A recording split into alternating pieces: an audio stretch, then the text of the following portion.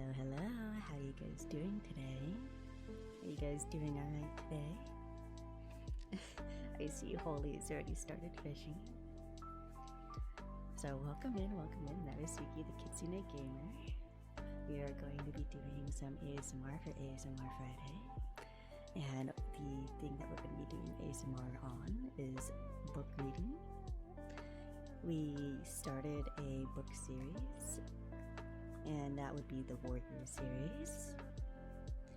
We have completed book 1, so we're actually moving on to book 2 today.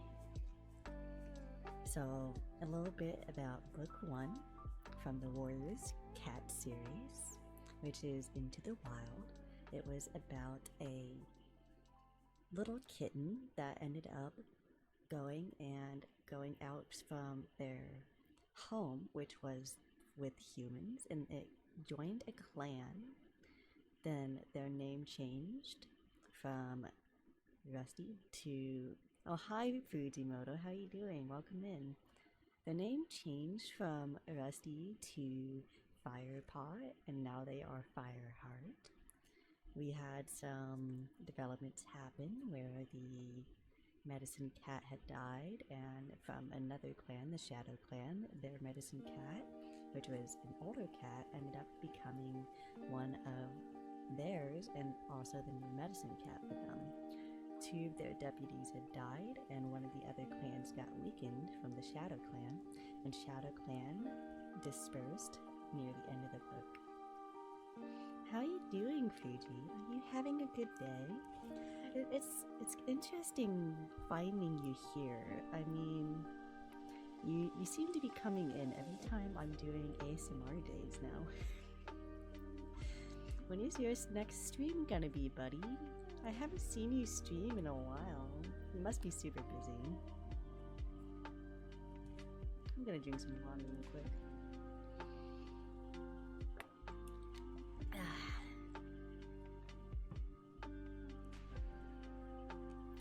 I am going to be talking about this book and what it tells me at the start. So I'm going to do the little snippet that's on the back, and I'm going to go through all the clan stuff, as well as doing the prologue if it has one. And after we do the prologue, we would do 5 chapters, and that's going to be it for this stream. So I tried to limit myself to only 5 chapters for the book each time I stream on Friday, because I don't think I can go longer than that. It takes about 2 to 3 hours to do 5 chapters when I'm reading it out. And if I do more than that, then it gets pretty hard on my throat. And that's why when I have ads, I also tend to take ad breaks. But this is book 2 of the Warrior series. This is called Fire and Ice. And I'm gonna go ahead and read the little snippet on the back for you, so you can get to know the book a little bit before you start.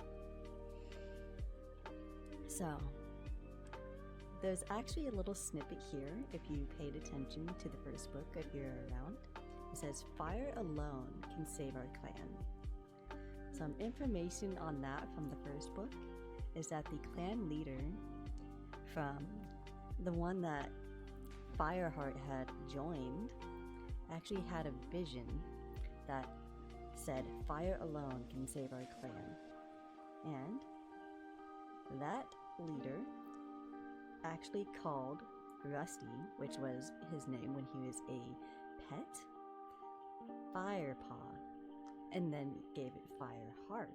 So as you can see, there's a little bit of a trend, and also you can tell a little bit about what will happen in the future, is that they kind of depend on Fireheart to actually do some more stuff to save their clan. So the little snippet here. Fireheart is now a ThunderClan warrior, but danger still lurks in the forest. The cats of RiverClan are growing restless, while WindClan is weak and facing threats from all sides. As tensions build to an explosive climax, Fireheart faces not only imminent battle, but betrayal from within his own clan. So if you had noticed in the previous book, toward the end, we actually had the deputy was actually doing some very suspicious things, and he looked like he was very power hungry. And that right there is what I assume will happen in this book, is that he will finally betray the clan.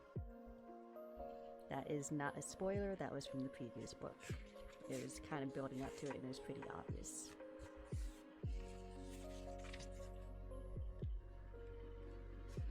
I'm gonna go ahead and go through the allegiances and all the clan stuff that's at the beginning of the book. So, the allegiances. ThunderClan. The leader is still Blue Star, which was in book 1. The deputy is Tiger Claw. So Tiger Claw is the one we're talking about when we say that there was a power-hungry cat that had done some suspicious things in the first book in order to get the power that he currently has. The medicine cat, which is Yellowfang, is the medicine cat that replaced the one from the previous book because the medicine cat had been murdered by Shadow Clan. And that was when they were trying to actually take the kittens and try to forcefully raise them and kind of like, you know, just recruit them and force them into becoming warriors, which they were trying to do to not just the current clan for ThunderClan, but also all the other clans. They were taking their kittens and trying to force them as their warriors. So the warriors of ThunderClan is Wartstorm, which is an apprentice, and Sandpaw. You have Darkstripe, and then you have the apprentice Dustpaw. Then you have Longtail with the apprentice of Swiftpaw. You have the Running Wind, Willowpelt. You have Mousefur, Fireheart, which became a warrior at the end of book 1. Fireheart is the main character of book 1. And apparently, I am seeing here in the allegiances is that Fireheart's going to get an apprentice called Cinderpaw. That's a little bit of a spoiler, ain't it? Then you have Greystripe, which is Fireheart's friend. And Greystripe's going to get an apprentice called Brackenpaw. Then you have the Queens, which is Frostfur, Brindleface, Goldenflower, and Speckletail. So the two that we had been told about a little bit in the previous book would be Brindleface and Speckletail. The other two were barely even mentioned, if at all. The Elders is Halftail, Small Ear, Hatchpelt, One Eye, and Dappletail. For Shadow Clan, you have Nightpelt, which will be the leader. The deputy is Cinderfur. Oh, whoa. Whoa, whoa, whoa, whoa. I'm seeing something interesting here. Does Cinderpaw become Cinderfur? Ooh. I'm seeing a link already in the clan stuff here. I wonder if Firepaw's first apprentice goes and joins Shadow Clan for some reason. It did say that there is betrayal. Their medicine cat is Running Nose, which there was a joke in the first book that Running Nose can't even cure his own cold. You have the Warriors, which is Stumpy Tail with the apprentice Broken Paw. Wetfoot, that has the apprentice Oak Paw. Little Cloud, and then the Queens, Dawn Cloud, Dark Flower, Tall Poppy, and the single elder of Ashfur. In Wind Clan, you have Tall Star as the leader. Deputy is Deadfoot. The medicine cat is Barkface. The warriors is Mudclaw with the apprentice of Webpaw. Another warrior of Torn Ear with the apprentice Running Paw. One Whisker with the apprentice of White Paw.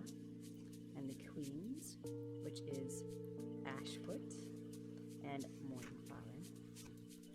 And you have a River Clan, which has the leader Crooked Star have the deputy of leopard fur, a medicine cow, which is mud fur, the warrior's black claw with the apprentice heavy paw, stone fur with the apprentice of shade paw, loud belly with the apprentice of silver paw, silver stream, and white claw. It also mentions the cats that are outside the clans, which is Smudge, Barley, Broken Star, which was, if you saw in the previous book, was the ex-Shadow Clan leader that got driven out. You have Blackfoot, Clawface, Boulder, Ravenpaw. Ravenpaw was also mentioned in the previous book and was one of the, you know who Ravenpaw is, right? It was one of the apprentices, but he became a cat outside the clan because he was forced outside of the Thunder Clan. So he's kind of, they think he's dead, essentially. And that was the only way to save him from Tiger Claw. You have Princess and also Cloud Kid. Alright, so I can't really show you the picture when it comes to the map, but I did explain the map when book 1, when I was doing that, so I'm going to go ahead and skip that. But, and I say this, I am going to go through the prologue, so I'm going to go ahead and actually start with that.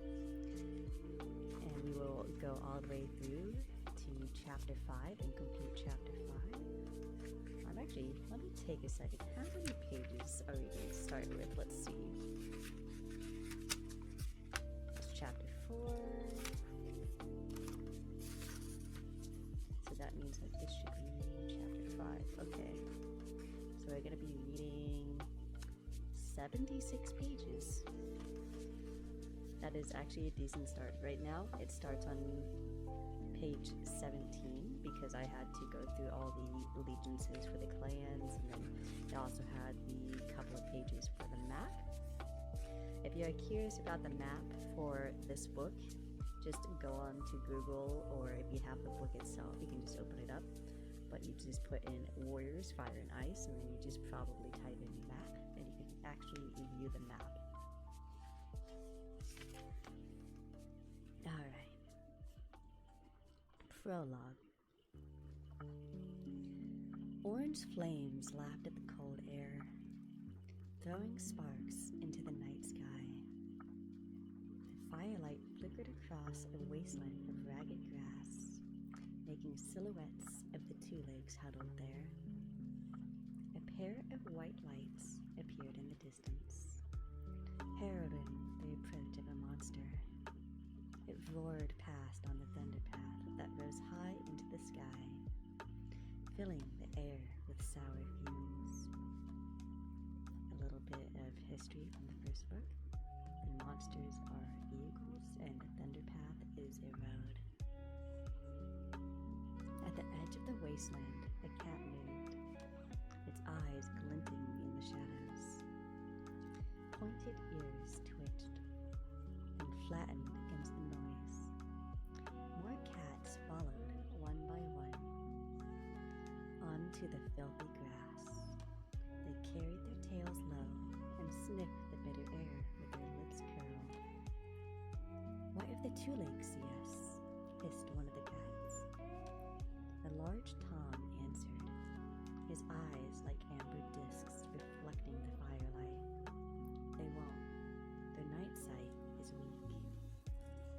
As he padded towards the flames that lit up the black and white fur on his powerful shoulders, he held his long tail straight up, sending a message of courage to his clan.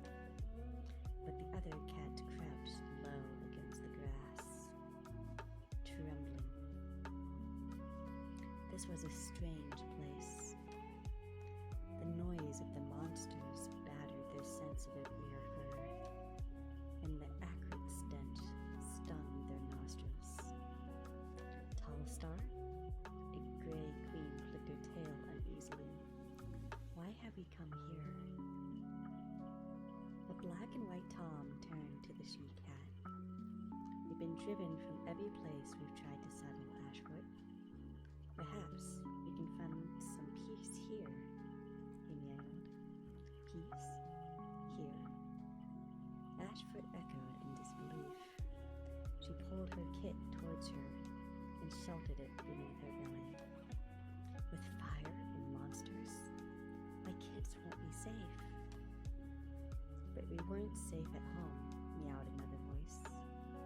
The black Tom pushed his way forwards, limping heavily on a twisted paw.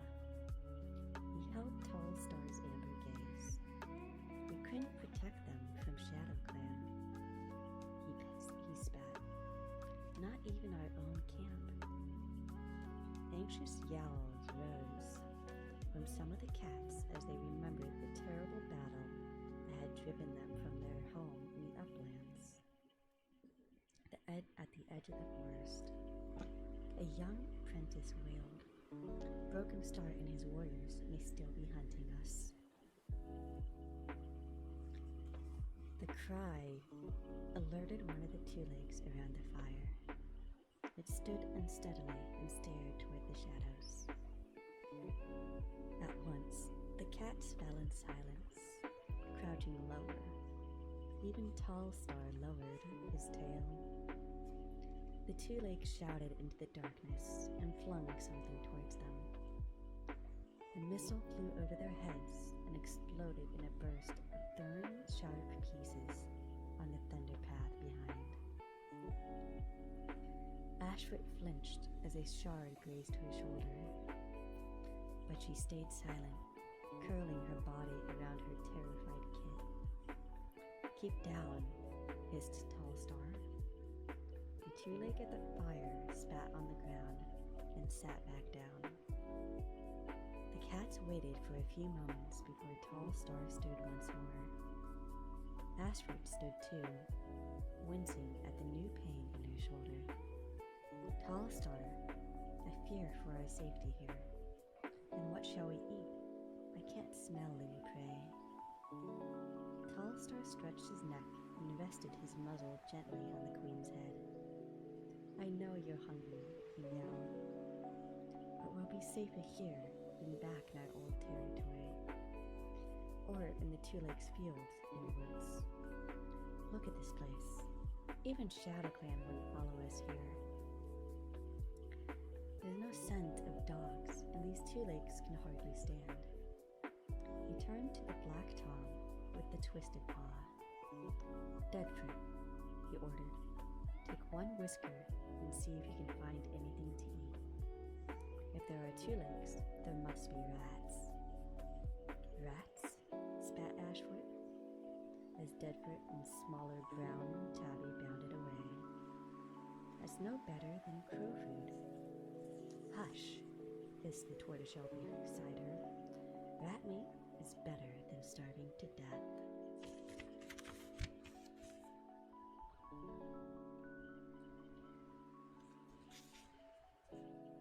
Ashford scowled and dipped her head to lick her kit behind its matted ears.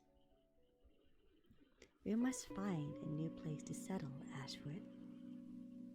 The tortoiseshell went on more gently.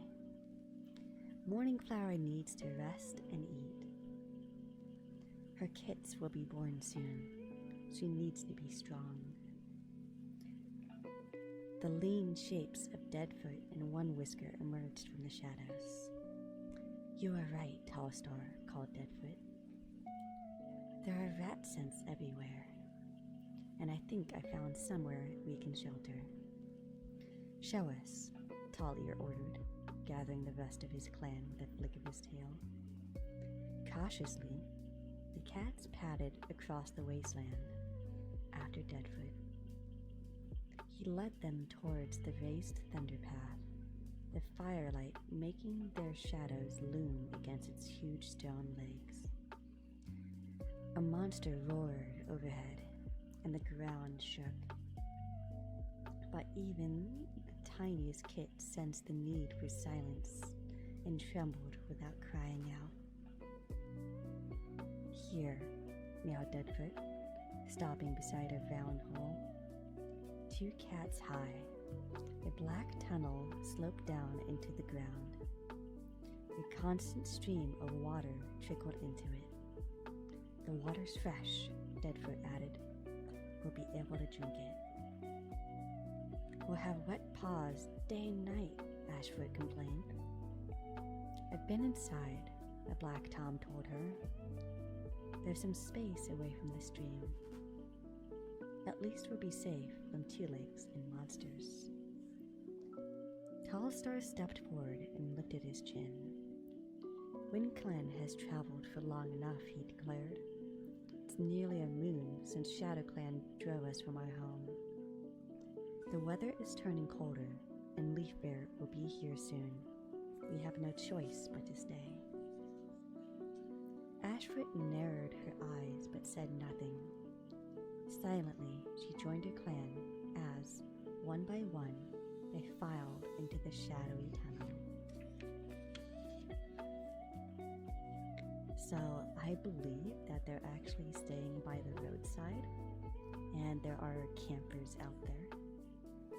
So some homeless people, and also they had the glass bottle, which was most likely what shattered on the road. And the black tunnel that they're talking about is probably an irrigation ditch, which, if it was simply for rain, it would actually be safe to drink, as they say, as it would only be rainwater. But that was the end of the prologue. So I will be starting chapter 1. Fireheart shivered. His flame-colored fur was still green leaf light. It would be a few moons before it was thick enough to keep out cold like this. He shuffled his forepaws on the hard earth. The sky was finally growing light as dawn crept slowly in. But even though his paws were cold, Fireheart could not suppress a glow of pride. After many moons as an apprentice, he was a warrior at last. In his mind, he replayed yesterday's victory at the ShadowClan camp. Broken Star's glittering eyes as the ShadowClan leader backed away, hissing threats, before fleeing into the trees after his traitorous companions. The remaining ShadowClan cats had been grateful to ThunderClan for helping them to get rid of their cruel leader. I am going to have an ad in 3 minutes, so if you have not already, please turn down your volume. When the ad starts, I will take a temporary break so I can rest my voice. Thank you, Hollowed, for the comically large bow. I hope you enjoy that. It's very jiggly.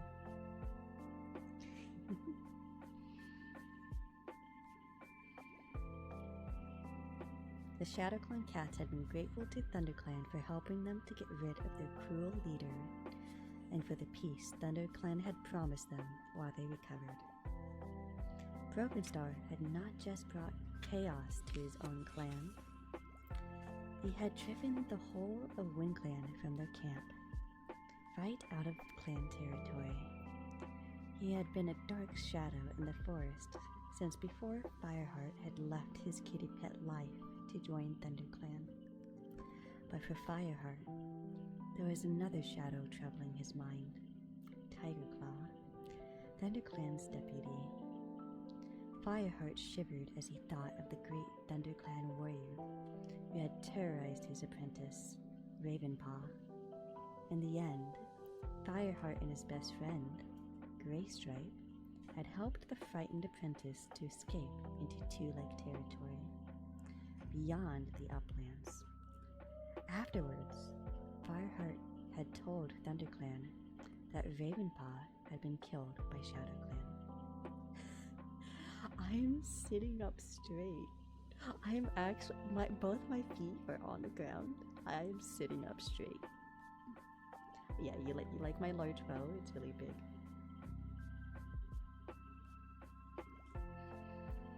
If what Ravenpaw said about Tigerclaw is true, It was best if the ThunderClan deputy believed his princess died, for he knew a secret that Tigerclaw would do anything to conceal.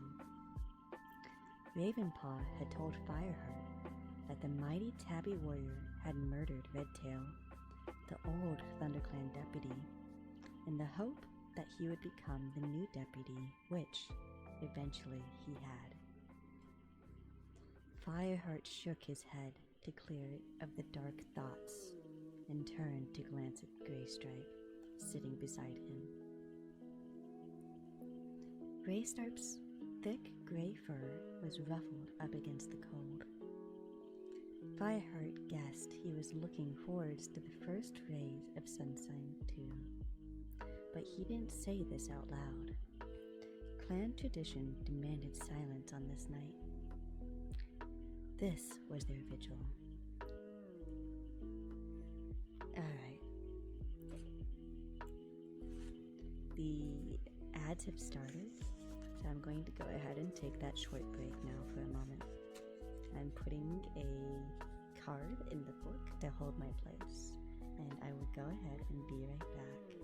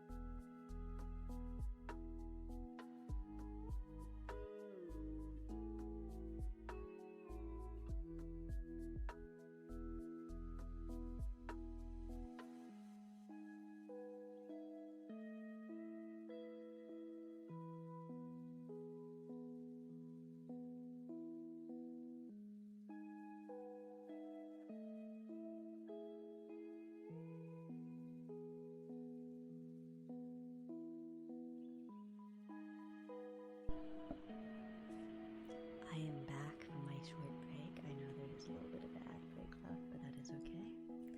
I am going to start reading from where I left off.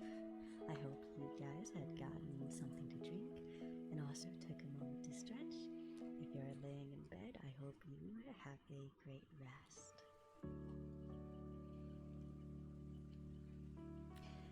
Of course, I just get Discord messaged me. I don't think anyone messaged me. That was just like a random ping. Interesting.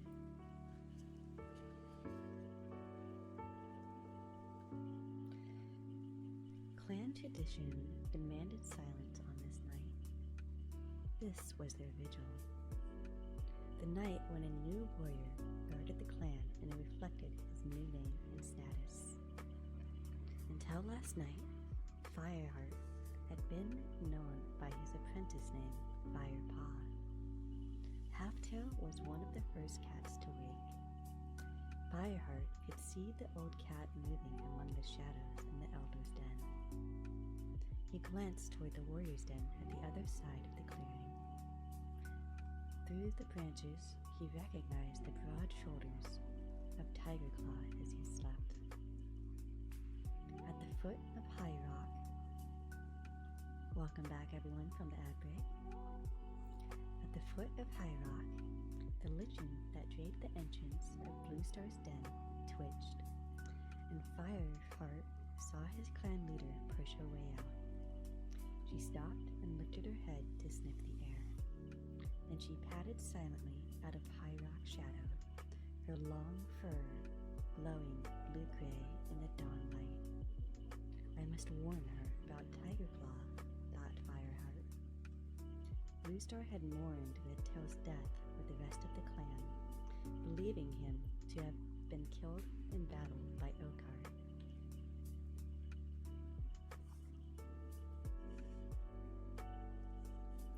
The deputy of the clan. Fireheart had hesitated before, knowing how important Tigerclaw was to her, but the danger was too great. Blue Star needed to know that her clan was harboring a cold-blooded murderer. Tigerclaw emerged from the warrior's den and met Blue Star at the edge of the clearing. He murmured something to her, his tail blinking urgently.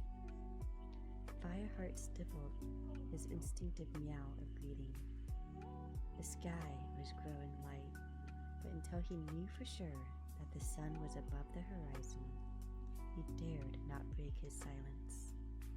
Impatience fluttered in his chest like a trapped bird.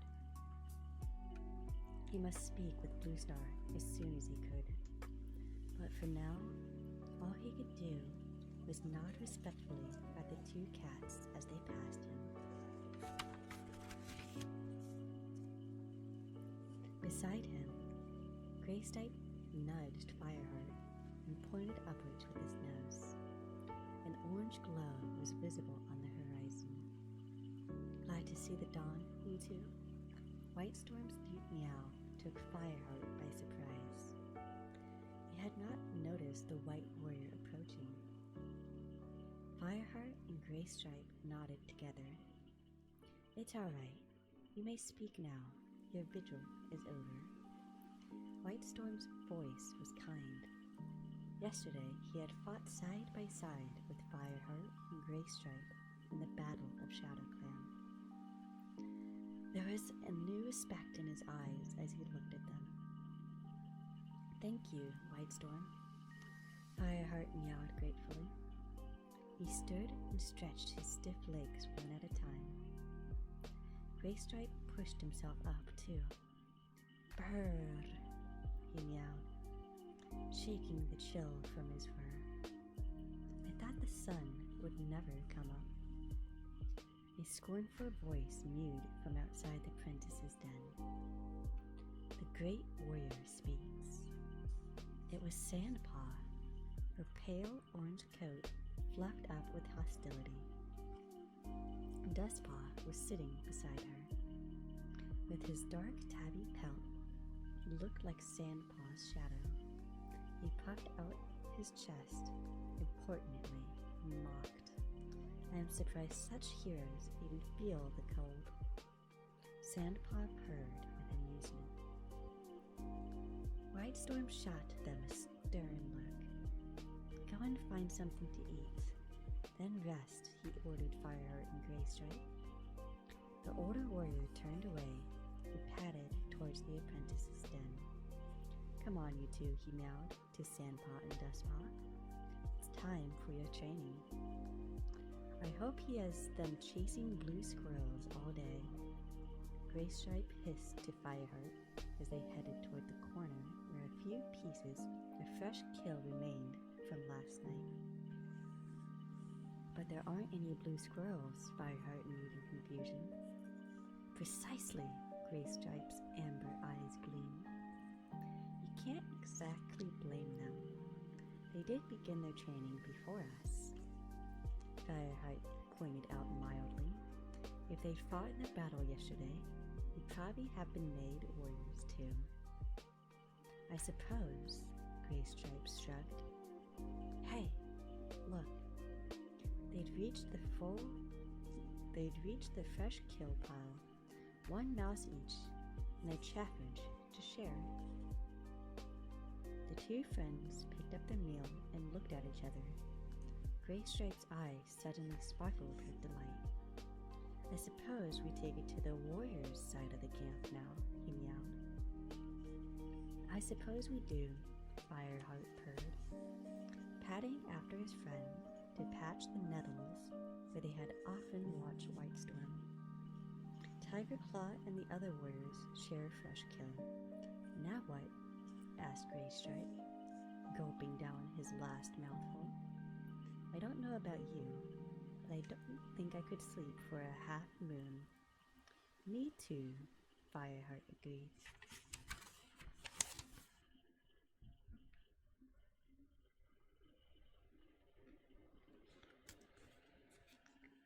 The two friends got to their paws and made their way towards the warrior's den. Fireheart stuck his head through the low-hanging branches. Mousefur and Longtail were still asleep on the other side of the den. He pushed his way inside and found a patch of moss at the edge. The smell told him it wasn't a sleeping place already used by another warrior. Graystripe settled down beside him. Fireheart listened as Graystripe's steady breaths relaxed into long, muffled snores. Fireheart felt equally exhausted, but he was still desperate to talk to Bluestar. From where he lay, his head flat to the earth, he could just see the camp entrance. He stared at it, waiting for his leader's return, but gradually his eyes began to close, and he gave in to his longing for sleep. Fireheart could hear a roaring around him, like wind in tall trees. The acrid stench of the thunderpath stung his nostrils, together with a new smell, sharper and more terrifying. Fire. Flames lapped at the black sky, throwing glowing cinders up into a starless night. To Fireheart's amazement, silhouettes of cats flitted in front of the fire. Why hadn't they run away? One of them stopped and looked straight at him. The Tom's night eyes glinted in the darkness, and he lifted his long, straight tail as if in greeting. Fireheart trembled as the memory burst into his mind of the words that Spotted Leaf, the former ThunderClan medicine cat, had said to him before her untimely death. Fire will save the clan. Could it be something to do with the strange cats that showed no fear of the fire? Wake up, Fireheart.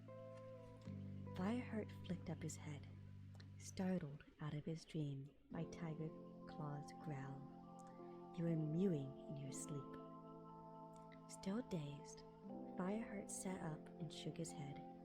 Yes, Tiger Claw. With a pang of alarm, he wondered if he had repeated Spotted Leaf's words out loud. He had dreamed like this before, dreams so vivid that he could taste them, and which had later came true. Fireheart certainly did not want Tiger Claw to suspect him of having powers that usually StarClan gave only to a medicine cat. Moonlight shone through the leafy den wall. Fireheart realized he must have slept through the whole day. You and Graystripe would join the evening patrol, Tiger Claw told him. Hurry up! The dark tabby turned and stalked out of the den. Fireheart let the fur relax on his shoulders. Clearly, Tiger Claw didn't suspect anything unusual about his dream. But while Fireheart's secret was safe, he was equally determined to expose the murderous truth about Tiger Claw's role in Redtail's death. Fireheart licked his lips. Graystripe lay beside him, washing his flank. They had just finished sharing a meal beside the camp clearing. The sun had set, and Fireheart could see the moon, almost full now, gleaming in blue sky. The past few days had been busy. It seemed that every time they lay down for a rest, Tiger Claw sent them out on a patrol or a hunting mission. Fireheart had stayed alert, looking for a chance to talk with Blue Star alone. But when he wasn't on one of Tiger Claw's missions, the ThunderClan warrior always seemed to have her deputy at her side. Fireheart began to wash his paws, his eyes flicking around the camp, searching hopefully for Blue Star. "What are you looking for?" meowed Gray Stripe through a tongue full of fur. "Blue Star," Fireheart answered, lowering his paw. "Why?" Gray Stripe stopped washing and looked up at his friend. He had one eye on her ever since her vigil. "What are you planning to do?" "I have to tell her where Ravenpaw is and warn her about Tiger Claw," Fireheart meowed. "You promised Ravenpaw you'd tell them he was dead." Gray Stripe sounded amazed. "I only promised to tell Tiger Claw he was dead. Blue Star should know the whole story. She needs to know what her deputy is capable of." Gray Stripe lowered his voice to an urgent hiss. "But we only have Ravenpaw's word that Tiger Claw killed Redtail. Don't you believe him?" Fireheart couldn't help feeling shocked by his friend's doubts.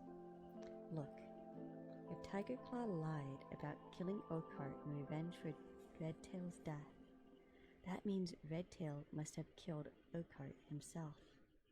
And I can't believe that Redtail would have deliberately killed another clan deputy in battle. It goes against the warrior code. We fight to prove our strength and defend our territory, not to kill each other." "But I'm not trying to make accusations against Redtail," Fireheart protested. "It's Tiger Claw who is the problem." Redtail had been the ThunderClan deputy before Tiger Claw. Fireheart had never met him, but he knew Redtail had been deeply respected by all of the clan. "Oh, hi, Holy. Are you going to fish grind now? Have fun." Gray Stripe didn't meet Fireheart's gaze. "What are you saying has implications for Redtail's honor. And none of the other cats have a problem with Tiger Claw. There's only Ravenpaw who was scared of him." An uneasy shiver ran down Fireheart's spine. "So you think Ravenpaw made this story up because he didn't get along with his mentor?" He meowed scornfully. "No," mumbled Gray Stripe. "I just think we should be careful." Fireheart looked into his friend's worried eyes and began to wonder. He supposed Gray Stripe did have a point. They had been warriors for only a few days, so they were in no position to start hurling accusations at the clan's most senior warrior. "It's okay," Fireheart meowed at last. "You can stay out of it." A twinge of regret flickered in his belly as Gray Stripe nodded and returned to washing. Fireheart believed that Gray Stripe was wrong to think it was only Ravenpaw who had a problem with Tiger Claw. Fireheart's own instincts told him that the ThunderClan deputy should not be trusted. He had to share his suspicions with Blue Star for her safety and the safety of the clan.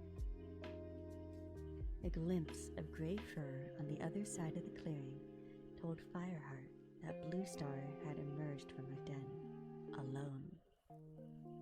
He scrambled to his paws, but the ThunderClan leader leaped straight up onto the high rock and called to the clan. Fireheart lashed his tail impatiently. Gray Stripe's ears flicked excitedly as he heard Blue Star's call. A naming ceremony? He meowed.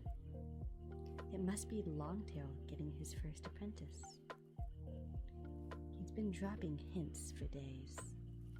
He bounded over to join the cats gathering at the edge of the clearing and, still itching with frustration, Fireheart followed. A small black and white kit padded into the clearing. His soft paws made no sound on the hard earth. He walked toward the high rock with his pale eyes lowered, and Fireheart almost expected to see him tremble. There was something in the slope of that kit's shoulders that made him seem too young and timid to be an apprentice. Longtail won't be impressed, Fireheart thought, remembering Longtail's scorn when Fireheart had arrived at the camp for the first time. The warrior had taunted him viciously on the first day with the clan, mocking his kitty pet origins. Fireheart had disliked him ever since.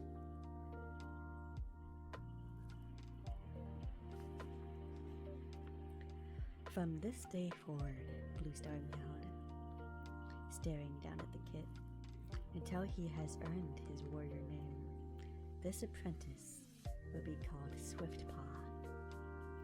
There was no flash of determination in the eyes of the black and white kit as he looked up at his leader.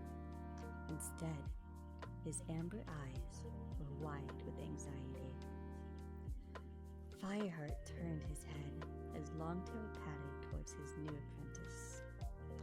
Bluestar spoke again. Longtail, you were Darkstripe's apprentice. He taught you well, and you have become a fierce and loyal warrior. I hope you have passed some of these qualities on to Swiftpaw. Fireheart searched Longtail's face for an expression of disdain as he looked down at Swiftpaw. But the warrior's eyes softened as he met his new apprentice's gaze, and gently the two clan touched noses. It's okay, you're doing fine, Longtail murmured encouragingly. Yeah, right, Fireheart thought bitterly, just because he's clan-born. Longtail certainly didn't welcome me like that. He glanced around the rest of the clan and felt a pang of resentment as they began to murmur congratulations to the new apprentice. What's up with you? Whispered Graystripe. That'll be us one day. Fireheart nodded, suddenly cheered by the thought of getting his own apprentice, and pushed away his resentment. He was part of ThunderClan now, and surely that was all that mattered.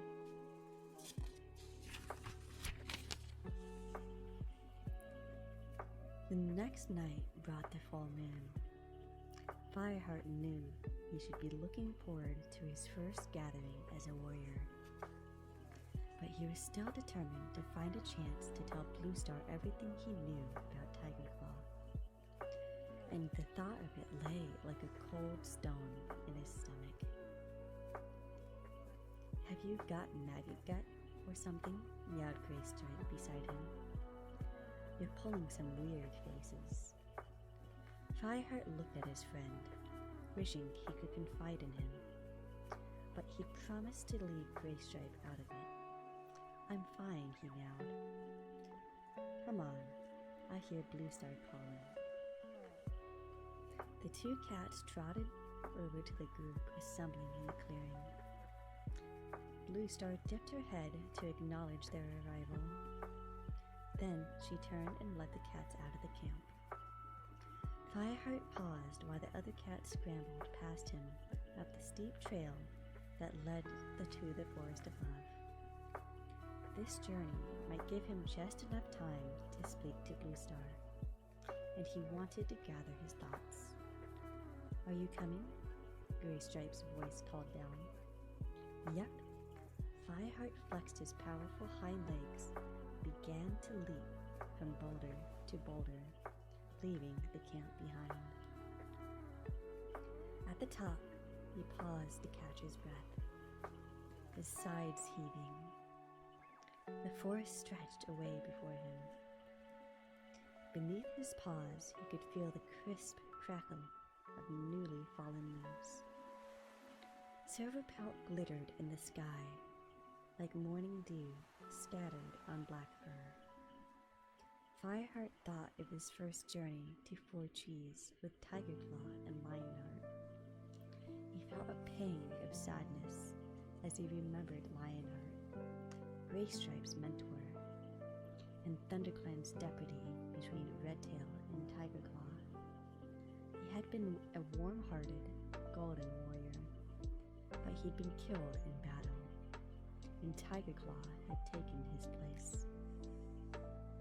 On Fireheart's first visit to Four Trees, Lionheart had taken the apprentices on a roundabout route through tall pines, past sunny rocks, and along the RiverClan border.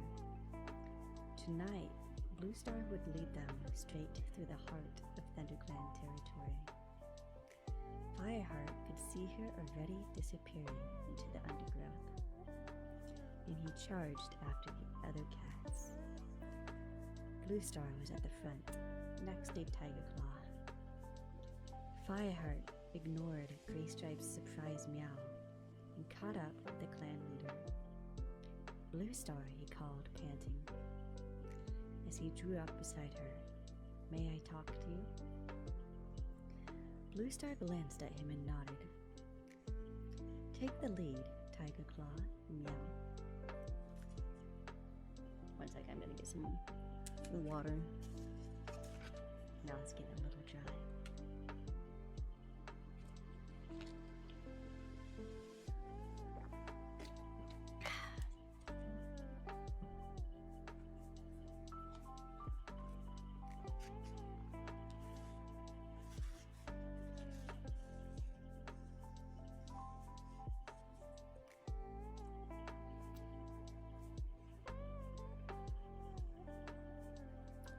Bluestar glanced at him and nodded.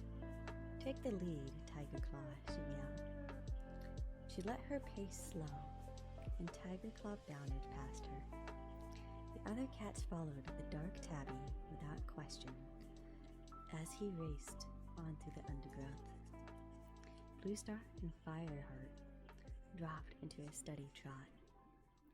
Within a moment, they were alone. The path emerged from thick ferns into a small clearing. Bluestar leaped onto a fallen tree and sat down, curling her tail over her front paws. "What is it, Fireheart?" she asked. There is going to be an ad break in 3 minutes. Please remember to turn down the volume if you have not already. Fireheart hesitated, suddenly struck by doubt. Bluestar was the cat who had encouraged him to leave his kitty pet life and join the clan. Since then, she had trusted him time and time again when other cats had questioned his loyalty to a clan whose blood he did not share. What would she say when Fireheart told her that he had lied about Ravenpaw? "Speak," Bluestar ordered as the paw steps of the other thunderclats faded into the distance. Fireheart took a deep breath. "Ravenpaw's not dead." Bluestar's tail twitched in surprise, but she listened silently as Fireheart continued.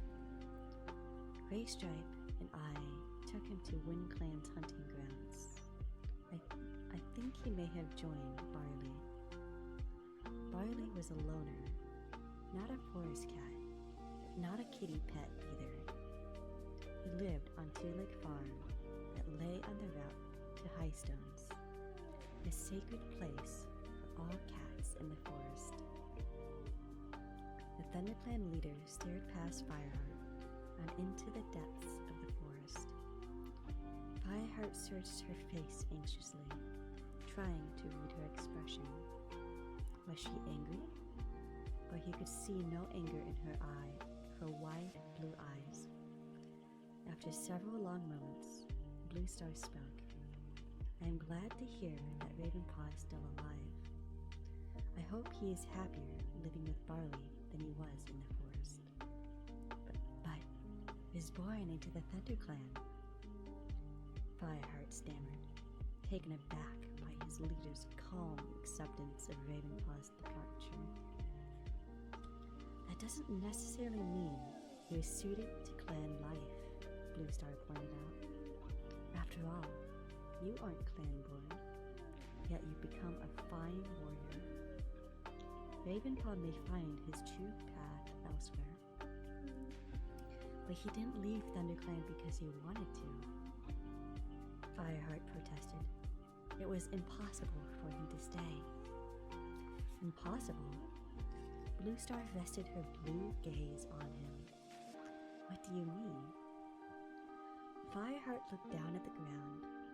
Well, Bluestar prompted. Fireheart's mouth was dry. Ravenpaw knew a secret about Tigerclaw, he croaked. I think Tigerclaw was planning to kill him, or else turn the clan against him. Bluestar's tail flicked from side to side, and Fireheart saw her shoulders stiffen. Why would he think that? What was this secret that Ravenpaw knew? Fireheart answered reluctantly, meeting her stern expression as boldly as he dared. That Tigerclaw killed Redtail in the battle with RiverClan. Bluestar's eyes narrowed. A warrior would never kill another of his clan. Even you should know that. You've lived with us long enough. Fireheart recoiled at her words, flattening his ears. It was the second time tonight she'd referred to his kitty pet roots. Bluestar went on. Tigerclaw reported that it was RiverClan's deputy, Oakheart, who killed Redtail. She meowed. Ravenpaw must be mistaken. Did he actually see Tigerclaw kill Redtail? Fireheart nervously flicked his tail, stirring the leaves behind him. He said he did. And you know that by saying this, you are questioning Redtail's honor, because he must have been the cat that was responsible for Oakheart's death. One deputy could never kill another in battle, not if it could possibly be avoided. And Redtail was the most honorable warrior I have ever known. Bluestar's eyes clouded with pain, and Fireheart felt a pang of dismay. He should have hurt her memory of her former deputy, even unintentionally.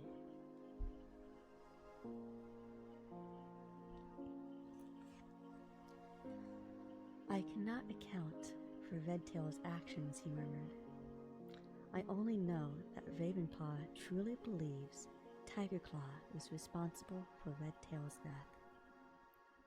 Bluestar sighed and relaxed her shoulders. We all know that Ravenpaw has a vivid imagination. She meowed gently, her eyes sympathetic. He was badly injured in the battle, and he left before fighting was over. Can you be sure he didn't fill in the parts he'd missed? Before Fireheart could reply, a yell echoed through the forest, and Tigerclaw bounded out of the undergrowth. His eyes flickered suspiciously over Fireheart for a moment before he addressed Bluestar. We're waiting for you at the border. Bluestar nodded. Tell them we'll be there in a moment. Tigerclaw dipped his head, turned, and raced back through the ferns.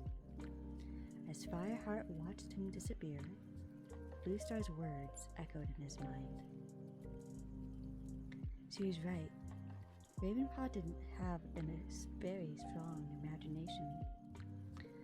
Fireheart remembered his first gathering, when the apprentices from every clan had hung on Ravenpaw's words as he described the battle with RiverClan.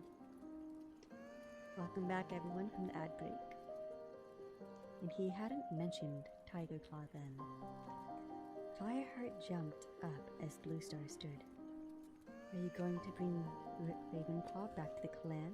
he asked, suddenly afraid he had caused even more trouble for his friend. Bluestar gazed deep into Fireheart's eyes. "He's probably happier where he is," she meowed quietly. "For now, we will let the clan carry on believing he is dead." Fireheart stared back at her, her eyes wide with shock. Bluestar was going to lie to the clan. "Tigerclaw is a great warrior, but he is very proud," Bluestar went on. "It'll be easier for him to accept that his apprentice died in battle rather than ran away. And it would be better for Ravenpaw too." "Because Tigerclaw might go looking for him?" Fireheart dared to ask. Was it possible that Bluestar believed him, even just a little bit?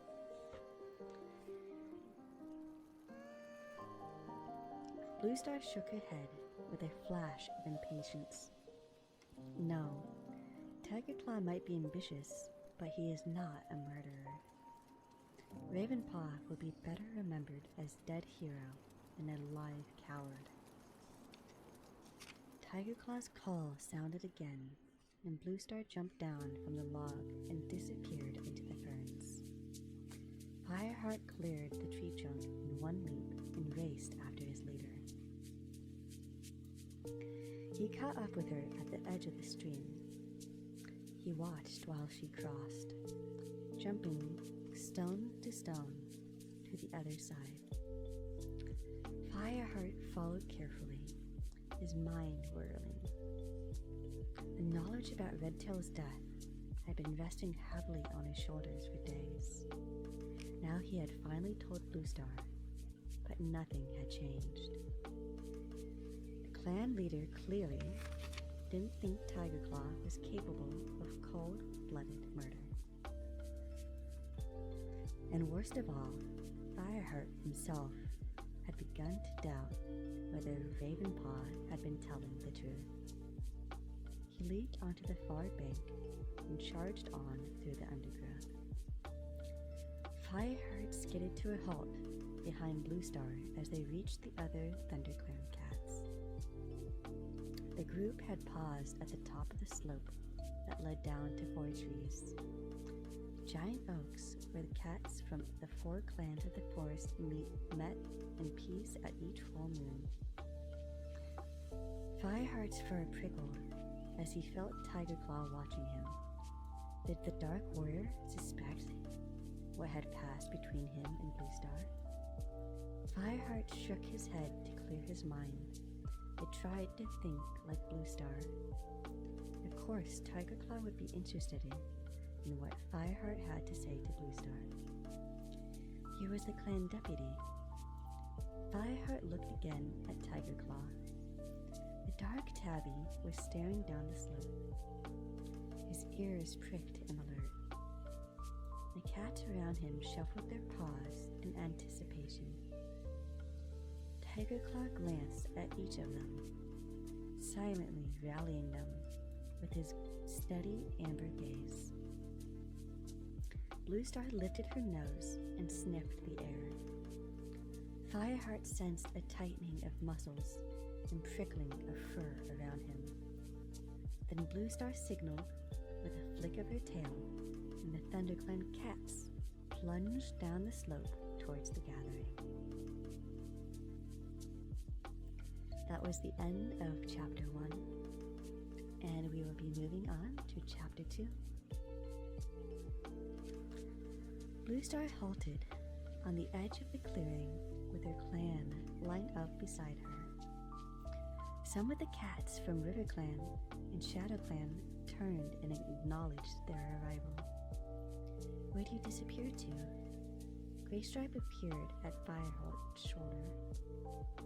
Fireheart shook his head. "Doesn't matter." He was still troubled and confused by his conversation with Bluestar, and felt glad when Graystripe didn't press him, turning his head instead to peer around the clearing. Hey look, he meowed. The ThunderClan cats are looking stronger than I thought they would. After all, Broken Star left them half-starved. Fireheart followed his gaze to a sleek ShadowClan warrior. You're right, he agreed, surprised. Mind you, we did most of their fighting for them, scoffed the Gray Stripe.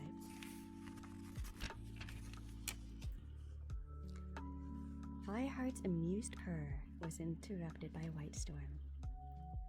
The ShadowClan cats fought as hard as we did to chase out Broken Star. We should honor their determination to recover.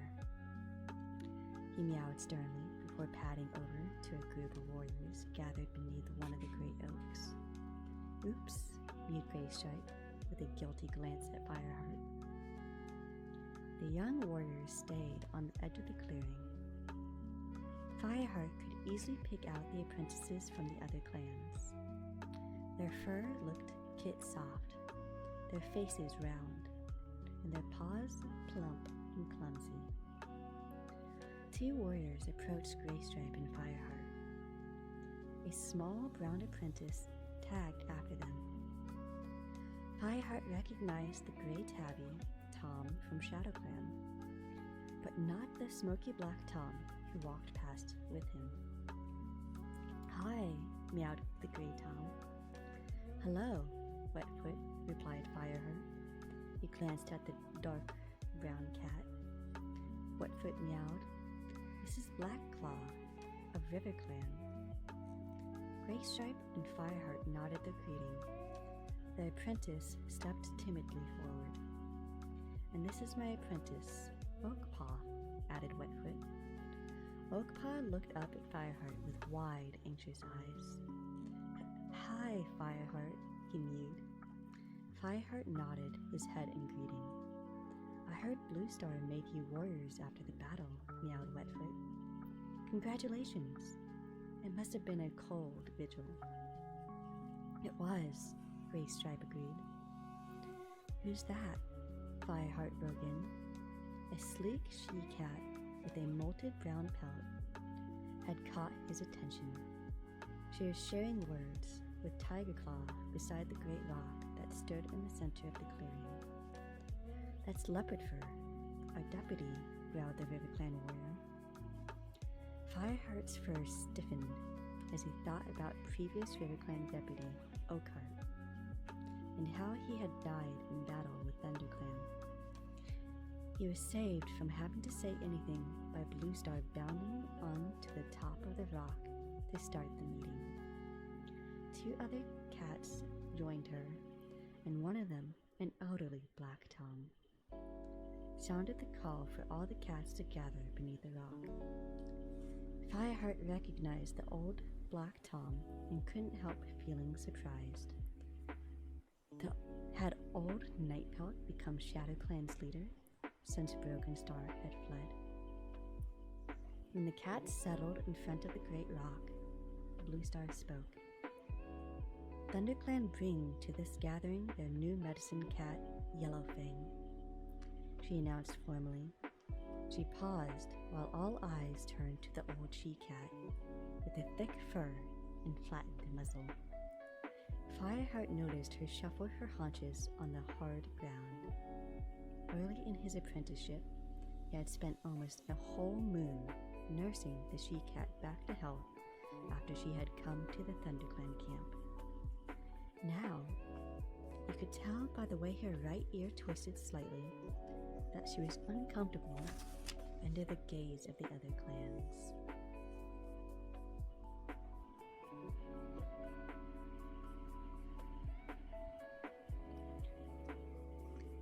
Yellowfang had been medicine cat to ShadowClan, and cats hardly ever left one clan to join another.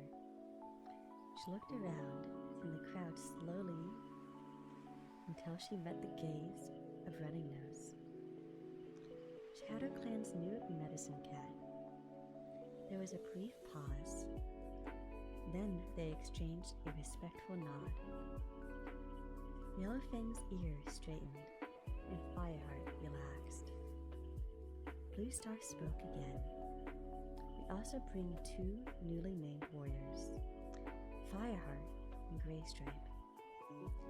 Fireheart held his head high, but as he felt all eyes turn to look at him, a surge of self-consciousness made his tail flick nervously. Nightpelt stepped forward, brushing past Blue Star to stand on the highest part of the rock. I, Nightpelt, have taken over the leadership of ShadowClan, he announced. Our former leader, Broken Star, broke the warrior code, and we were forced to chase him out. No mention of the fact we helped them to do it, Graystripe whispered to Fireheart. Nightpelt continued. The spirits of our ancestors have spoken to Running Nose and chosen me as leader. I have not yet traveled to Mothermouth to receive StarClan's gift of 9 lives, but I will make this journey tomorrow night while the moon is still full. After my vigil at the Moonstone, I shall be known as Night Star. Where is Broken Star now? Called a voice from the crowd. It was Frostfur, the White ThunderClan queen. I think we can assume that he has left the forest with the other banished warriors. He knows it would be dangerous for him to try to return, answered Nightpelt. I hope so, Fireheart heard Frostfur murmur to her neighbor, a plump brown queen. RiverClan's leader, Crooked Star, stepped forwards. Let's hope Broken Star has had the sense to leave the forest for good. His greed for territory threatened us all. Crooked Star waited for the yells of agreement to die down before he went on. While Broken Star was ShadowClan's leader, I allowed him to hunt in our river. But now ShadowClan has a new leader, and this agreement can no longer stand. The prey in our river belongs to RiverClan alone. News of triumph rose from the other RiverClan cats. But Fireheart saw with a feeling of alarm that Nightpelt was bristling. Nightpelt raised his voice. ShadowClan has the same needs as it did under Broken Star. We have many mouths to feed, Crooked Star. We made an agreement with the whole of ShadowClan. Crooked Star leaped to his paws and turned on Nightpelt. He flattened his ears and hissed, and the cats below fell silent. Quickly, Blue Star stepped between the two leaders. ShadowClan has suffered many losses recently, she mewed softly. With fewer mouths to feed, Nightpelt, do you really need RiverClan's fish?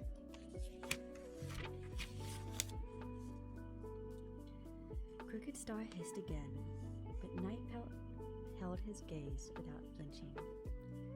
Blue Star spoke again, this time more forcefully. You have just driven out your leader and several of your strongest warriors. And Broken Star went against the warrior code when he forced Crooked Star to agree to share the river. Fireheart swallowed uneasily as he noticed Nightpelt unsheath his claws. But Blue Star didn't blink. Her icy blue gaze glinted in the moonlight as she growled. Remember, you have not even received your 9 lives from StarClan. Are you so confident you can make these demands? Fireheart tensed as he felt the bristling of fur around him. The whole crowd was waiting for Nightpelt's response. Nightpelt looked away angrily. His tail flicked side to side, but he said nothing. Blue Star had won. Her voice softened. We all know ShadowClan has suffered much these past few moons. She meowed. ThunderClan has agreed to leave you in peace until you have had time to recover. She turned her gaze on Crooked Star. I'm sure that Crooked Star will agree to show you the same respect. Cricket Star narrowed his eyes and nodded, but only as long as ShadowClan is not scented in our territory, he growled. Fireheart relaxed, letting the fur lie flat on his shoulders.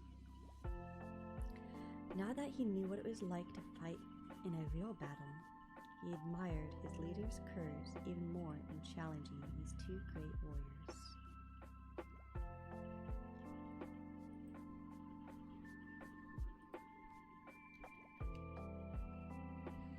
Muffled mews of relief and agreement sounded in the crowd as the tension on Great Rock suddenly eased.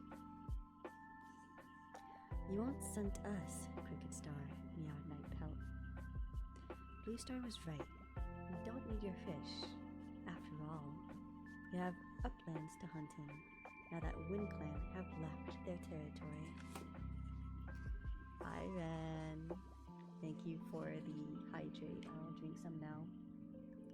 I also see that you have sent me some mermaid men in Discord.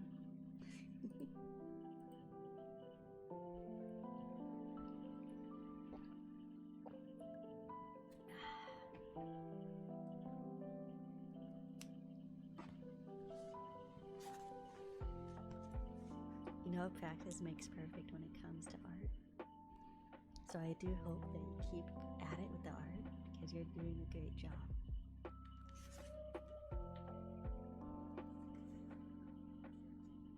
Cricket Star looked at Nightpelt, his eyes brightening. "That's true," he agreed. "This will mean extra prey for all of us." Blue Star drew her head up sharply. "No, WindClan must return." Cricket Star and Nightpelt looked at the ThunderClan leader. "Why?" asked Cricket Star. "If we share WindClan's hunting grounds, it would mean more food for all of our kids." Nightpelt pointed out. "The forest needs 4 clans," Blue Star insisted. "Just as we have 4 trees and 4 seasons. StarClan has given us 4 clans. We must find WindClan as soon as possible and bring them home." The ThunderClan cats raised their voices in support of their leader, but Cricket Star's impatient yowl rose above them. "Your argument is weak, Blue Star. Do we really need 4 seasons? Wouldn't you rather go without Leaf Bear and the cold and hunger it brings?" Wow, Husky, you came here to bath me and then leave. I am going to bite your ears. Blue Star looked calmly at the warriors beside her. StarClan gave us Leaf Bear to let the earth recover and prepare for new leaf. This forest and the uplands have supported 4 clans for generations. It is not up to us to challenge StarClan. Leopard Fur, the RiverClan deputy, spoke up. "Why should we go hungry for the sake of a clan that cannot even defend its territory?" she yelled. "Blue Star is right. WindClan must return." Tiger Claw spat back, drawing himself up so that he towered above the cats around him. Blue Star spoke again. "Cricket Star," she meowed. Turning to the RiverClan leader, RiverClan's hunting grounds are known for their richness. You have the river and all the fish it contains. Why do you need extra prey? Cricket Star looked away and didn't answer. Fireheart noticed how RiverClan murmured anxiously among themselves. He wondered why Blue Star's question had ruffled their fur. You're biting Husky now? Well, I guess that's what he gets for coming in here and then running away. Well deserved. Good job, Ren. In Nightpelt, Blue Star went on, it was Broken Star who drove WindClan from their home. The broad-shouldered tree cat paused. That is why ThunderClan helped you to chase him out. Fireheart narrowed his eyes. He knew that Blue Star was gently reminding Nightpelt of the debt he owed to ThunderClan. The ShadowClan leader had half closed his eyes after a silence that felt like an age. Nightpelt opened his eyes wide and meowed. "Very well, Bluestar. We will allow WindClan to return." Fireheart saw Cricketstar turn his head away in anger, his eyes black slits. Bluestar nodded. "Two of us have agreed, Cricketstar," she meowed. WindClan must be found and brought home. Until then, no clan should hunt in their territory. The gathering began to break up as the cats prepared to travel back to their camps. Fireheart stayed where he was for a moment.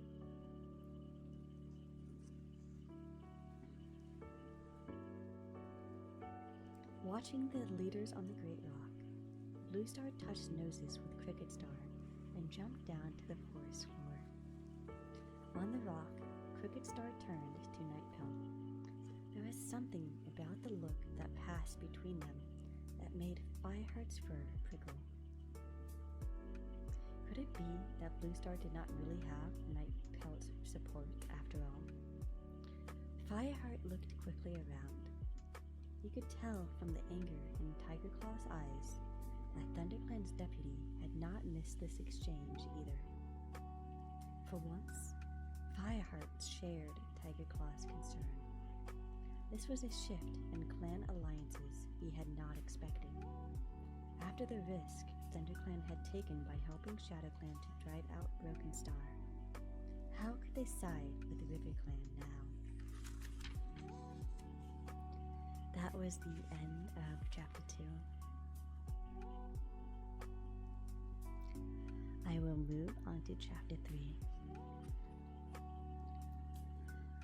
Bluestar led the way swiftly back to camp. The noise of their return awoke the cats who had remained behind. As the group streamed through the gorse entrance, sleepy figures began emerging from the dens.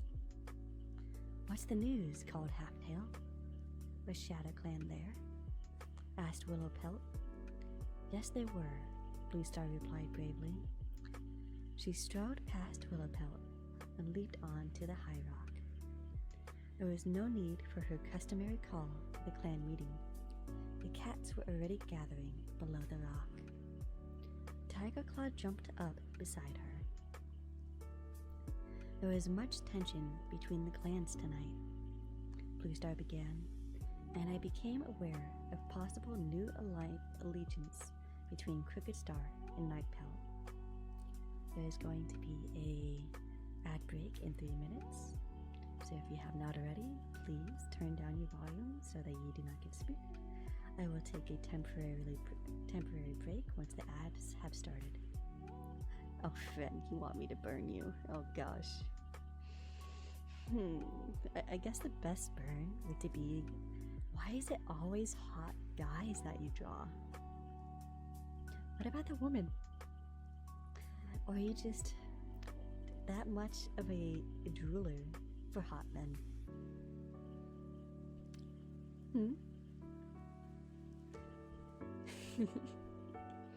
A good job though on the drawings. Pat, pat, there. Gay stripe. Hang on a second, I'm gonna get some tea. I felt like a pull on my throat. Gray Stripe squeezed into the small space next to Fireheart. "What are they talking about?" he asked. "I thought Nightpelt agreed with Bluestar." "Nightpelt?" croaked One Eye's ancient voice from the back of the crowd. "He has been named as ShadowClan's new leader," Bluestar explained. "But his name, hasn't he been accepted by StarClan yet?" asked One Eye. "He plans to travel to the Moonstone tomorrow night," Tigerclaw told him. "No leader can speak of their clan at the gathering without receiving StarClan's approval first," muttered One Eye. loudly enough for all cats to hear. He has the support of Shadow Clan, One Eye, answered Bluestar, nodding at the old she-cat. You cannot ignore what he said tonight. One Eye gave a disgruntled sniff, and Bluestar lifted her head to address the whole clan. At the gathering, I suggested we find WindClan and bring them home, but Cricketstar and Nightpelt don't want them to return. What are you doing, Husky? Why do you keep bapping me and running away? They're hardly likely to join forces, though, are they? Called Gray Stripe. They almost had a scrap over hunting rights in the river. Fireheart turned to his friend. Didn't you see the looks they were swapping by the end of the meeting? They're both desperate to get their paws on WindClan's territory. But why? Asked Sandpaw, who was sitting beside her mentor, Whitestorm.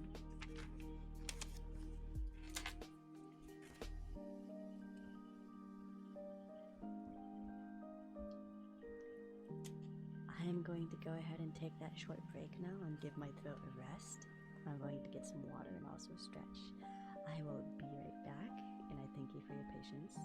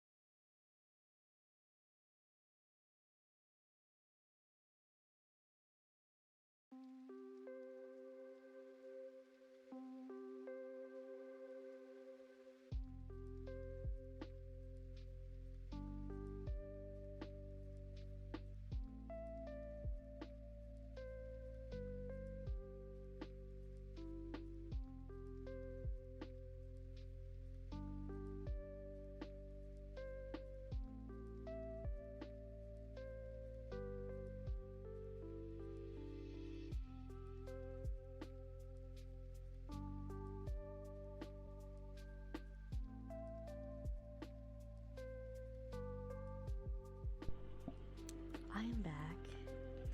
I went ahead and took a stretch, got some water and all that. Let's go ahead and continue where I left off.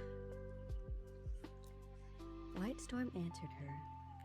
I suspect ShadowClan are not as weak as we thought they would be, and Nightpelt seems to have more ambition than any cat expected. But why does RiverClan want to hunt in WindClan's grounds? They have always grown fat on fish from their precious river, yelled Willowpelt. The uplands are a long way to go for a few wind-blown rabbits. The once beautiful queen, Dappletail, spoke up in a voice cracked with age. At the gathering, some of the RiverClan elders spoke of Two Lakes taking over part of their river. That's right, added Frostfur. They say Two Lakes have been living in shelters beside the river, disturbing the fish. The RiverClan cats have had to hide in the bushes and watch them with empty stomachs. Blue Star looked thoughtful. For now, we must be careful to do nothing that may bring Shadow Clan and River Clan closer together. Go and rest now. Running Wind and Dustpaw, you will take dawn patrol. A cold breeze rattled the dying leaves in the trees overhead. The cats, still murmuring among themselves, went to their dens. For the second night in a row, Fireheart dreamed. He was standing in the dark. The roaring and the stench of the Thunderroot path was very close by. Fireheart felt himself buffeted and blinded by the monsters that roared up and down with glaring eyes. Suddenly, through the din, Fireheart heard the pitiful cry of a young cat. The desperate wail sliced through the thundering of monsters. Fireheart awoke with a start. For a moment, he thought that the cry had woken him. But the only noise was the muffled snores of warriors sleeping beside him. A growl came from somewhere near the middle of the den. It sounded like Tiger Claw. Fireheart felt too unsettled to go back to sleep, so he crept silently out of the den. It was dark outside, and the stars dotting the black sky told him dawn was still far off. With the wail of the young cat echoing in his mind, Fireheart padded over to the nursery. His ears pricked. He could hear paw steps beyond the camp wall. He sniffed the air. It was just Darkstripe and Longtail. Fireheart picked up their scents as they guarded ThunderClan's territory.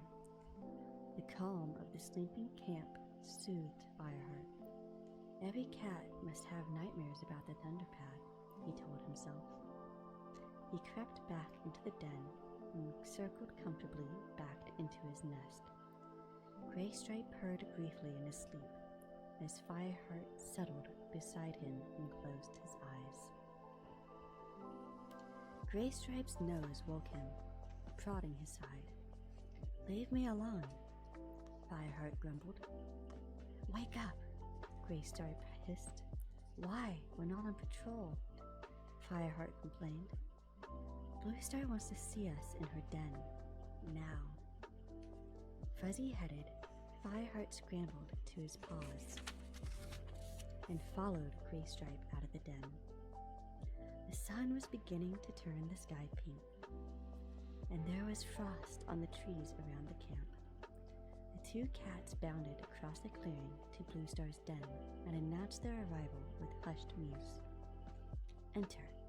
It was Tiger Claw's voice that answered from behind the draped lichen. Alarm swept through Fireheart as he remembered his conversation with Blue Star on the way to the gathering. Had she told Tiger Claw about his accusations? Graystripe pushed his way into Blue Star's den. Fireheart followed him uneasily. Blue Star was sitting in her nest, her head up and her eyes bright. Tiger Claw stood in the middle of the smooth sandstone floor. Fireheart tried to read his expression, but the great tabby's eyes were as cold and steady as always. Blue Star began at once. "Fireheart, Graystripe, I have an important mission for you." "A mission?" Fireheart echoed. Relief and excitement swept away his anxiety. "I want you to find the Wind Clan and bring them back to their territory," announced Blue Star. "Before you get too excited, bear in mind this could be very dangerous," Tiger Claw growled. "We don't know where the Wind Clan has gone, so you will have to follow what is left of their scent, probably into hostile territory." "But you've been through Wind Clan territory when you traveled with me to the Moonstone," Blue Star pointed out. "Your scent will be familiar, as will the two-legged territory beyond the uplands." "Will it just be us?" asked Fireheart. "Our other warriors are needed here," meowed Tiger Claw. Leaf Fair is coming, and we need to gather as much fresh kill as possible. Many pray poor moons lie ahead. Blue Star nodded. Tiger Claw will help you prepare for the journey. Fireheart's paws prickled with unease. Blue Star had as much faith in her deputy as ever. Why was Fireheart the only cat in ThunderClan who didn't trust him? You must leave as soon as possible, Blue Star continued. Good luck. You'll find them, Graystripe promised. Dragging his thoughts back to the journey ahead, Fireheart nodded. Tiger Claw followed them out of Blue Star's den. Do you remember how to get to WindClan territory? Oh yes, Tiger Claw, you were the only... Fireheart interrupted Graystripe's eager reply. Only a few moons ago, he meowed quickly. He flashed a warning glare at his friend. Graystripe had almost given away the journey several nights earlier with Ravenpaw. Tiger Claw hesitated.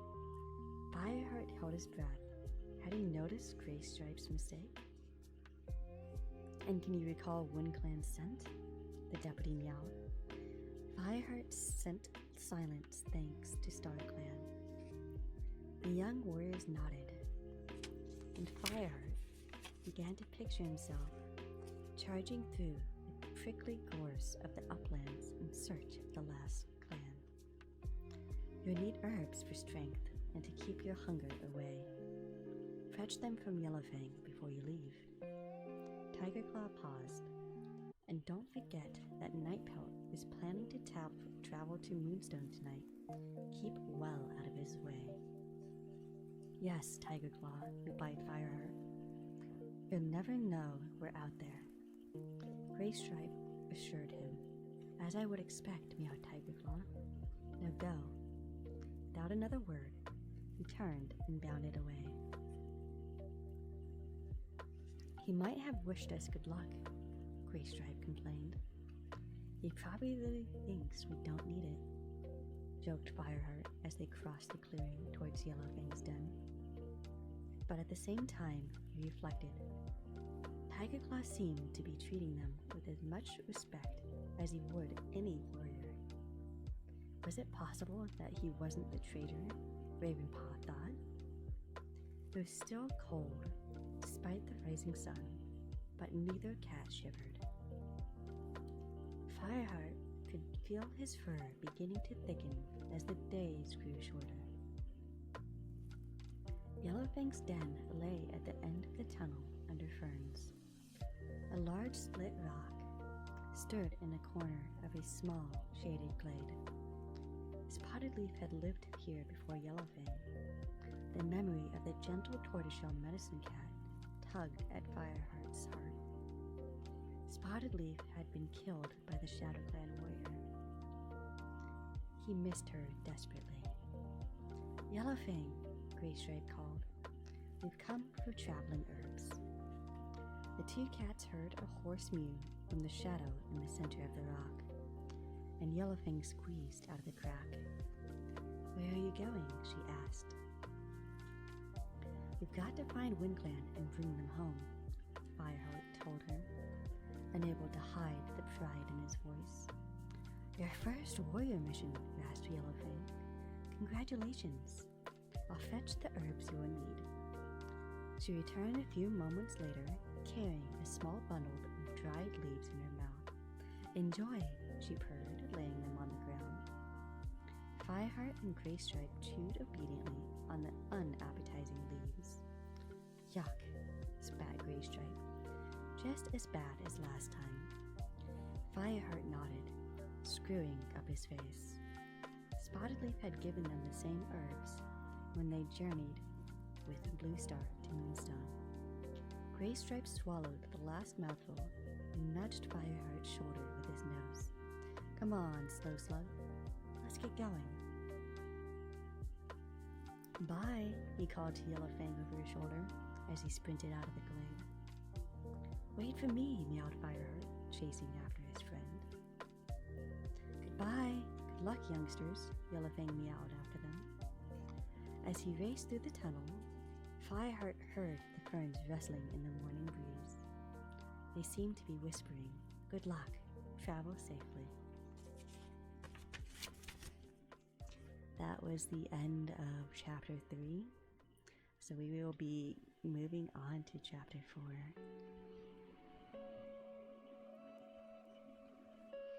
As they headed out of the camp, the two young warriors nearly crashed into Whitestorm.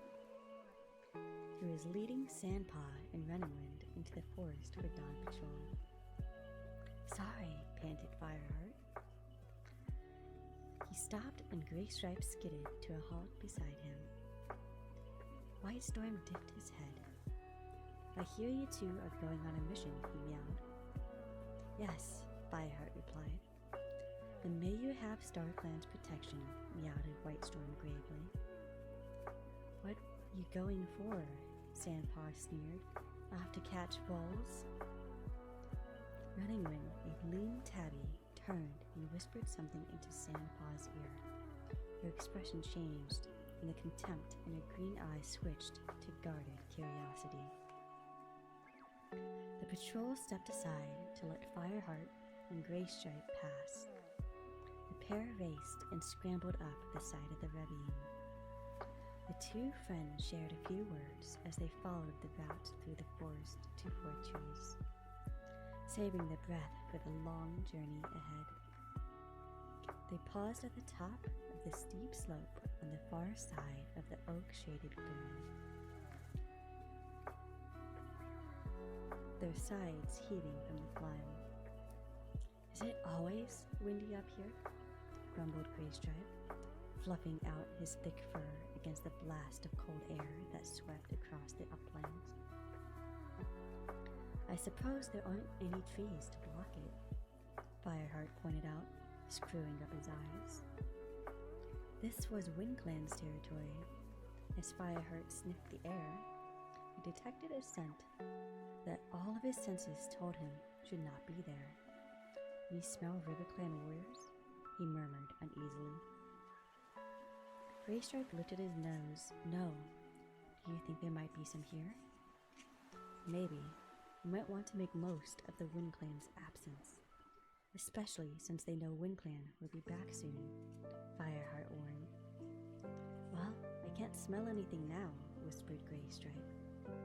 They continued along a frozen turf trail sheltered by heather. A fresh scent stopped Fireheart in his tracks. "Can you smell that?" he hissed to Graystripe. "Yes," whispered Graystripe, flattening himself against the ground. "RiverClan." Fireheart dropped into a crouch, keeping his ears below the heather. Beside him, Graystripe lifted his dark gray head to peer over the bushes. "I can see them," he murmured. "They're hunting." Fireheart stretched up cautiously to look. 4 RiverClan warriors were chasing a rabbit through a patch of gorse. Fireheart recognized Blackclaw from the gathering. The smoky black warrior pounced, his claws unsheathed, but sat up again with nothing to show for the chase. The rabbit must have made it to the safety of her warren. Fireheart and Graystripe dropped down again and pressed their bellies against the cold turf. "They're not good rabbit hunters," Graystripe hissed scornfully.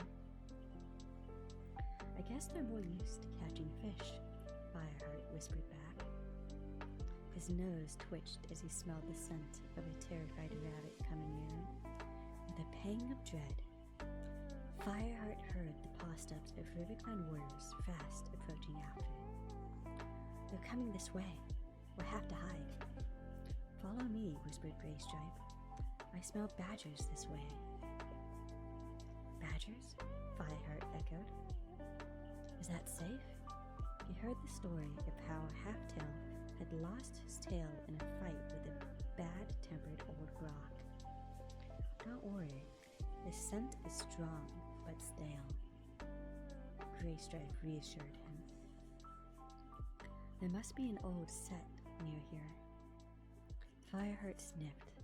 His scent glands picked up a strong, almost fox-like scent. Are you sure it's abandoned? We'll know soon enough. Come on. We've got to get out of here, replied Graystripe. He led the way quickly through the low bushes. The rustle of heather behind them told Fireheart that the RiverClan warriors were closing in. Here, Graystripe shouldered aside a tuft of heather to reveal a sandy hole in the ground. Get inside. The badger's scent will disguise ours.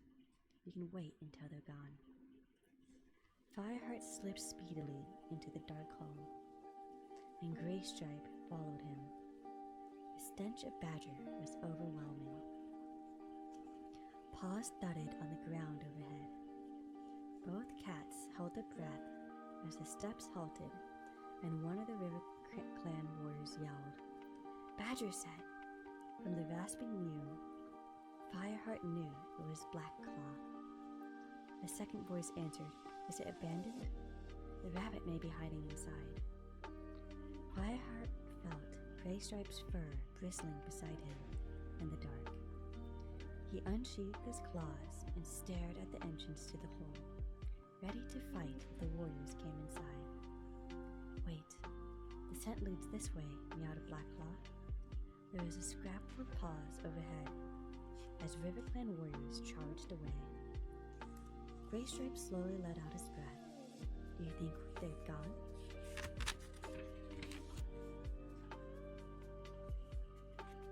Perhaps we should wait a bit longer. Make sure none of them stay behind, Fireheart suggested. No more I'm gonna get some tea real quick now.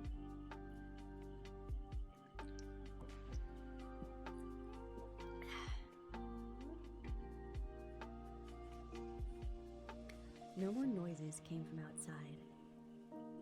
Graystripe nudged Fireheart. Come on, he mewed. Fireheart followed Graystripe cautiously out into the daylight. There was no sign of RiverClan patrol. The fresh breeze cleared Fireheart's scent glands of the badger scent. We should look for the WindClan camp, he meowed to Graystripe. It'll be the best place to pick up their scent. Okay, answered Graystripe. They moved slowly through the heather, keeping their mouths slightly open to pick up the scent of RiverClan warriors. They stopped at the foot of a large flat rock that sloped up steeply, past the tops of the gorse bushes. I'll climb up and have a look around, offered Graystripe. My pelt will blend better with the stone. Okay, Fireheart agreed, but keep your head down. He watched his friend creep up the rock. Graystripe crouched at the top and gazed around the plateau, then skidded back down to Fireheart. There's a hollow over there, I think, Graystripe puffed, signaling with his tail. I can see a gap in the heather. Let's check it out, meowed Fireheart. It could be the camp. That's what I thought, Graystripe nodded. It's probably the only place up here that's sheltered from the wind. As they neared the hollow, Fireheart raced past Graystripe and gazed over the edge. It looked as if StarClan Warrior had reached down from the sky, scooped up a pawful of peat from the plateau, and replaced it with a thick tangle of gorse that grew almost to the level of the ground on either side. Fireheart sniffed. He could smell many scents, all WindClan, old and young, male and female, and in the background, a faint odor of fresh kill that had long since became crow food. This had been the abandoned camp. Oh! Oh, hi there. How you doing, Husky? Thanks for the raid, you sussy bugger. I thought you would actually play a little bit longer with a Star Citizen.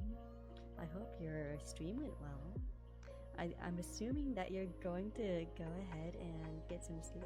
Why is it quiet for you, Dabby? No one else has complained whatsoever. Went well is tired? No. See? Husky, you have absolutely no problem, but for some reason, Dabby has a problem. Also, this is ASMR. I'm trying to be quiet.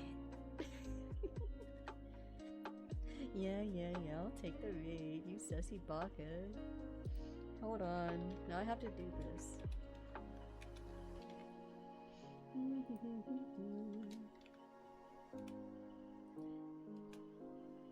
Get shout-outed. If you have not already, you guys should definitely follow Husky. He is chaotic and he loves to shoot things. And so go ahead and send him a follow.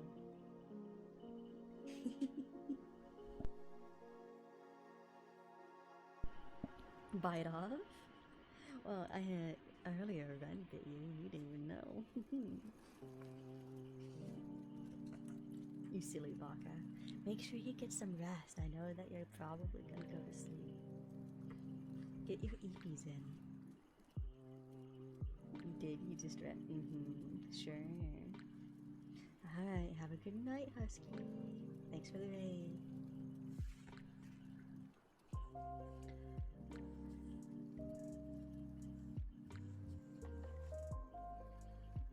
This is their camp, alright, Fireheart murmured.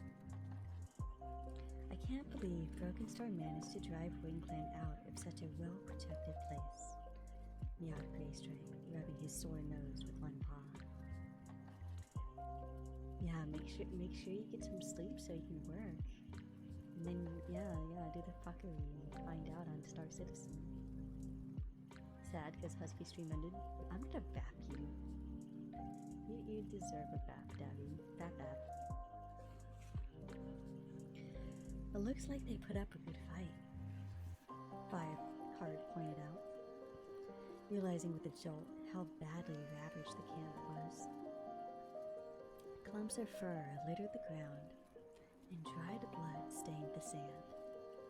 Mossy nests had been dragged out of dens and torn apart, and everywhere stale Shadowclan scents mingled with the smell of terrified Windclan cats.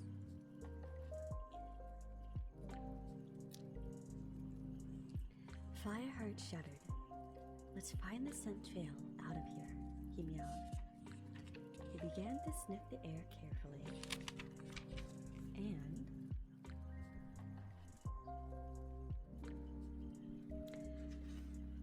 moved forwards, following the strongest scent.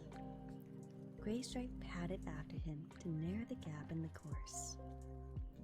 Windclan cats must be even smaller than I remember, grumbled Greystripe as he squeezed through after Fireheart.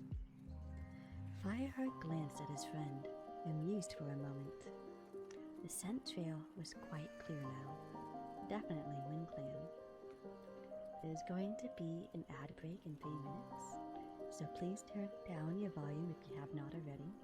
For some reason, Daddy can't hear my stream very well, even though everyone else can, so if you want to laugh at him, go ahead.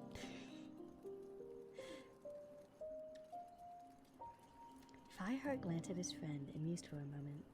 The scent trail was quite clear now, definitely Windclan, but mixed with and pungent as if made by many frightened cats. Fireheart looked down.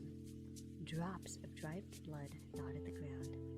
We're heading the right way, he meowed darkly. 2 moons of rain and wind had failed to wash away signs of suffering. Fireheart could clearly picture the defeated and injured clan fleeing from their home. With a surge of anger, he bounded after his friend. The trail led them to the far edge of the uplands, where they had stopped to catch their breath. In front of them, the ground sloped away to the two-lake farmland. Far in the distance, where the sun was beginning to set, loomed the towering shapes of high stones. I wonder if Nightpelt is there yet, Fireheart murmured. In a tunnel below, high stones lay, the sacred moonstone, where the leaders of each clan shared dreams with StarClan. Well, we don't want to find him down there. Greystripe flicked his tail at the wide expanse of Two Lake Land. It'll be hard enough dodging two-legs, rats, and dogs, without meeting the new Shadow Clan leader as well. Fireheart nodded. He thought back to their last journey across this land, to the Blue Star and Tiger Claw. They had almost been killed by an attack of rats, and that only the arrival of Barley, the loner, had saved them. Even so, Blue Star had lost one of her wives. The memory of it stung Fireheart like a wood ant. Do you think we'll find any trace of Ravenpaw down there? Graystripe meowed, turning his broad face towards Fireheart. I hope so, Fireheart replied solemnly. Lassie had seen a Ravenpaw, had been the white tip of his tail disappearing into the storm on the uplands. Had the ThunderClan apprentice made it safely to Barley's territory? The two warriors stared down the slope, carefully sniffing each clump of grass to make sure they stayed on the WindClan trail. It doesn't look as if they're heading for high stones, Graystripe remarked. The trail took them sideways into a grassy field. They skirted the edge, staying near the hedgerow, as the WindClan had done. The scent led them out of the field and on to a two-legged path through a small copse of trees. The ad break has started, so I'm going to take another quick break and give my voice a rest. I will be right back.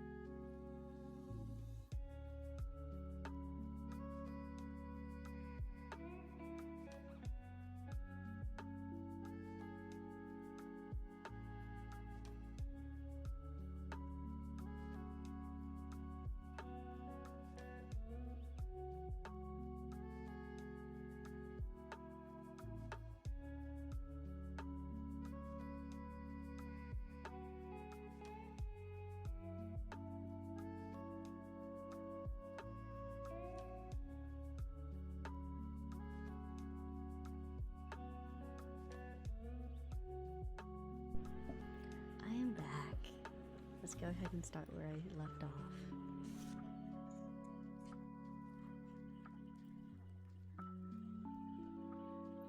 Look, Graystripe meowed. Sun-bleached piles of prey bones lay scattered in the undergrowth. Mossy bedding had been gathered beneath the thickest patches of brambles. WindClan must have tried to settle here, Fireheart meowed in surprise. I wonder what made them leave, asked Graystripe, sniffing the air. The scent is old. Fireheart shrugged. and the two cats followed the trail onwards to a thick hedge. With a bit of a struggle, they wriggled through onto a grass verge, beyond a narrow ditch that lay wide, earth track. Graystripe leaped nimbly over the ditch and onto the hard red track. Fireheart looked around, sniffing as he recognized a hard-edged silhouette in the distance. "Graystripe, stop," he hissed. "What's up?"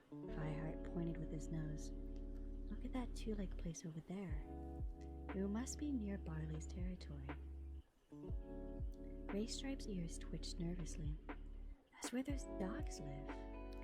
But WindClan definitely came this way. We'll have to hurry. Need to get past the two-legged nest before sunset." Fireheart remembered Barley telling them that the two legs let the dogs loose at night. And the sun was already sinking towards the craggy tops of high stones. He nodded. Perhaps the dogs chased the WindClan out of the woods. With an anxious twinge, he thought of Ravenpaw. "Do you think he found Barley?" he asked. "Who? Ravenpaw? Why not? We've made it this far," meowed Graystripe. "Don't underestimate him. Remember the time Tigerclaw sent him to Snake Rocks? He came back with an adder." Fireheart purred at the memory as Graystripe leaped across the track and through the hedge on the far side. Fireheart chased after him, quickening his pace to match his friend step for step. A dog barked furiously from the two-leg nest, but its vicious snarling soon faded into the distance.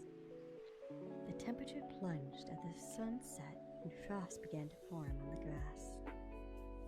"Should we keep going?" asked Graystripe. "What if the trail takes us to High Stones after all? Nightpelt would definitely be there by now." Fireheart lifted his nose and sniffed the browning fronds of some ferns. The smell of WindClan, sour with fear, pricked at him. "Better keep going," he meowed. "Or stop when we have to." The cold breeze carried another odor to Fireheart's nose. There was a thunderpath nearby. Graystripe screwed up his face. He smelled it too. The warriors exchanged a look of dismay, but pushed on. The stench grew stronger and stronger until they could hear the roar of thunderpath monsters in the distance. By the time they reached the hedge that ran alongside the wide gray path, it was hard to make out the WindClan trail at all. Graystripe stopped and looked around, uncertainty showing in his eyes. If Fireheart could just make out the fear scent, he crept through the shadows beside the hedge until he reached a place where the hedge was less thick. They sheltered here, Fireheart meowed, imagining the terrified WindClan cats staring through the hedge at the thunderpath. This was probably the first time most of them had seen the thunderpath. Graystripe remarked as he joined Fireheart by the hedge. Fireheart looked at his friend in surprise. He had never met a WindClan cat. They had been driven out of their territory almost as soon as he had become an apprentice. "Didn't they patrol their borders?" he asked, puzzled. "You've seen their territory. It's pretty wild and barren, and the prey's not easy to catch. I guess they never thought any of the other clans would bother hunting there. After all, River Clan has their river, and in a good year our forests filled with prey, so no cat needs their skinny rabbits." "Oh, hi. How you doing, Yusina? I see you still have the job application name." A monster roared past on the other side of the hedge, its night eyes glaring. Fireheart and Graystripe flinched as the wind buffed their fur even through the wall of leaves. When the noise had faded away, they sat up cautiously and sniffed around the roots of the hedge. The trail seems to lead under here. Fireheart squeezed on to the grass verge that lay along the thunder path. Used no but job.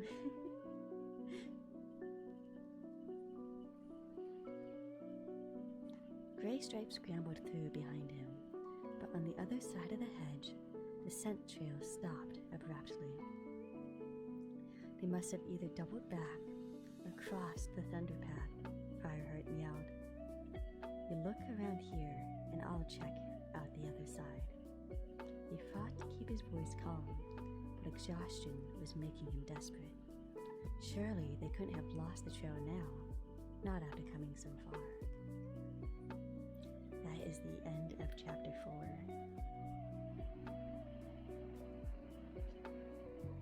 We are going to move on to chapter 5 and the final chapter of this stream.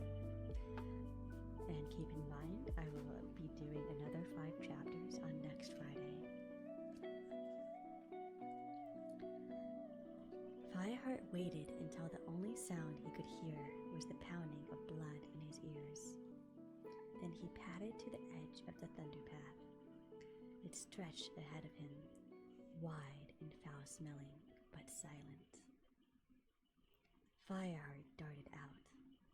The ground beneath his paws felt cold and smooth. He didn't stop until he reached the grass on the other side. The air here was tainted by the acrid smell of the thunder path and its monsters. So Fireheart headed towards the hedge. Still, there was no trace of WindClan cats. His heart sank. Suddenly, a monster tore past, making Fireheart leap into the air with terror. He scrambled underneath the hedge and crouched, trembling, frantically wondering what to do next. Then he smelled it, the faintest trace carried on the wind that the monster had stirred up. WindClan had been here. Fireheart called as loudly as he could to Graystripe. There was a pause, then the sound of Graystripe pounding across the thunder path to join him. Have you found it? Popped his friend. Not sure. I got a whiff, but I can't pinpoint it. Fireheart pushed his way through the hedge. Graystripe right behind him. He lifted his nose towards the open field ahead of them. Have you any idea what's over there? No, replied Graystripe. I shouldn't think any clan cat has ever been this far before. Except WindClan, muttered Fireheart darkly. Away from the confusing fumes of the thunder path, the trail was suddenly clear. WindClan had definitely come this way. The 2 cats struck out through the long grass, straight across the field. Fireheart! Graystripe sounded alarmed. What is it? Look! Fireheart stopped and lifted his head. He saw a thunder path ahead of them, arcing high into the air on massive stone legs, illuminated by the eyes of monsters that moved along it. Another thunder path ran below, veering off into the darkness. Graystripe nodded toward the tall thistle. And smell this. Fireheart inhaled the scent. It was a fresh WindClan marker. They must have settled somewhere near here. Graystripe murmured in disbelief. The pang of excitement twisted Fireheart's stomach. Both cats looked silently at each other for a moment. Then, without a word, they moved on towards the stinking thunder pass. Graystripe spoke at last. Why would WindClan come to a place like this? I guess not even Brokenstar would want to follow them here. Fireheart answered grimly. He stopped. Thought was nagging at him. Graystripe paused beside him. What is it? If WindClan is hiding so near the thunder paths, Fireheart meowed slowly, they must be fairly desperate not to be found. They're more likely to trust us if we arrive in daylight than if we creep up on them like this in the darkness. Does that mean we can rest? Asked Graystripe, sitting down heavily. Just until it's light, meowed Fireheart. We'll find somewhere to hide and see if we can get some sleep. Are you hungry? Graystripe shook his head. Me neither, Fireheart agreed. I don't know if it's those herbs or because of the stench the Thunderpath is making me feel sick. Where shall we sleep? Graystripe looked around. Fireheart had already noticed a dark shadow in the ground up ahead. What's that? A burrow? Graystripe sounded puzzled. It's too big for a rabbit. Surely there can't be a badger set here. Let's take a look, Fireheart suggested. The hole was larger than a badger set, smooth and lined with stone. Fireheart sniffed it and put his front paws on its ring and peered cautiously inside. A stone tunnel sloped away, down into the ground. I can feel air flowing through it, he meowed, his voice echoing into the shadows. Must come up somewhere over there. He ducked back out and pointed his nose towards the tangle of Thunderpaths. Is it empty? Graystripe asked. Smells like it. Come on then. Graystripe led the way into the tunnel. After a few fox lengths, the slope bubbled out. Fireheart halted and sniffed the damp air. He could smell nothing but the fumes of the Thunderpath. A roaring noise rumbled overhead. Fireheart's paws trembled as the stone floor vibrated. Was the Thunderpath above them? He fluffed out his coat against the relentless draft and felt Graystripe's fur brush against him. His friend was circling, preparing to settle down to sleep. Fireheart crouched down and huddled beside his friend. He closed his stinging eyes and thought of the gentle forest breezes and rustling of leaves. Exhaustion fought briefly with a pang of longing to be at home in his den, before he gave in to the blackness that swam in his mind.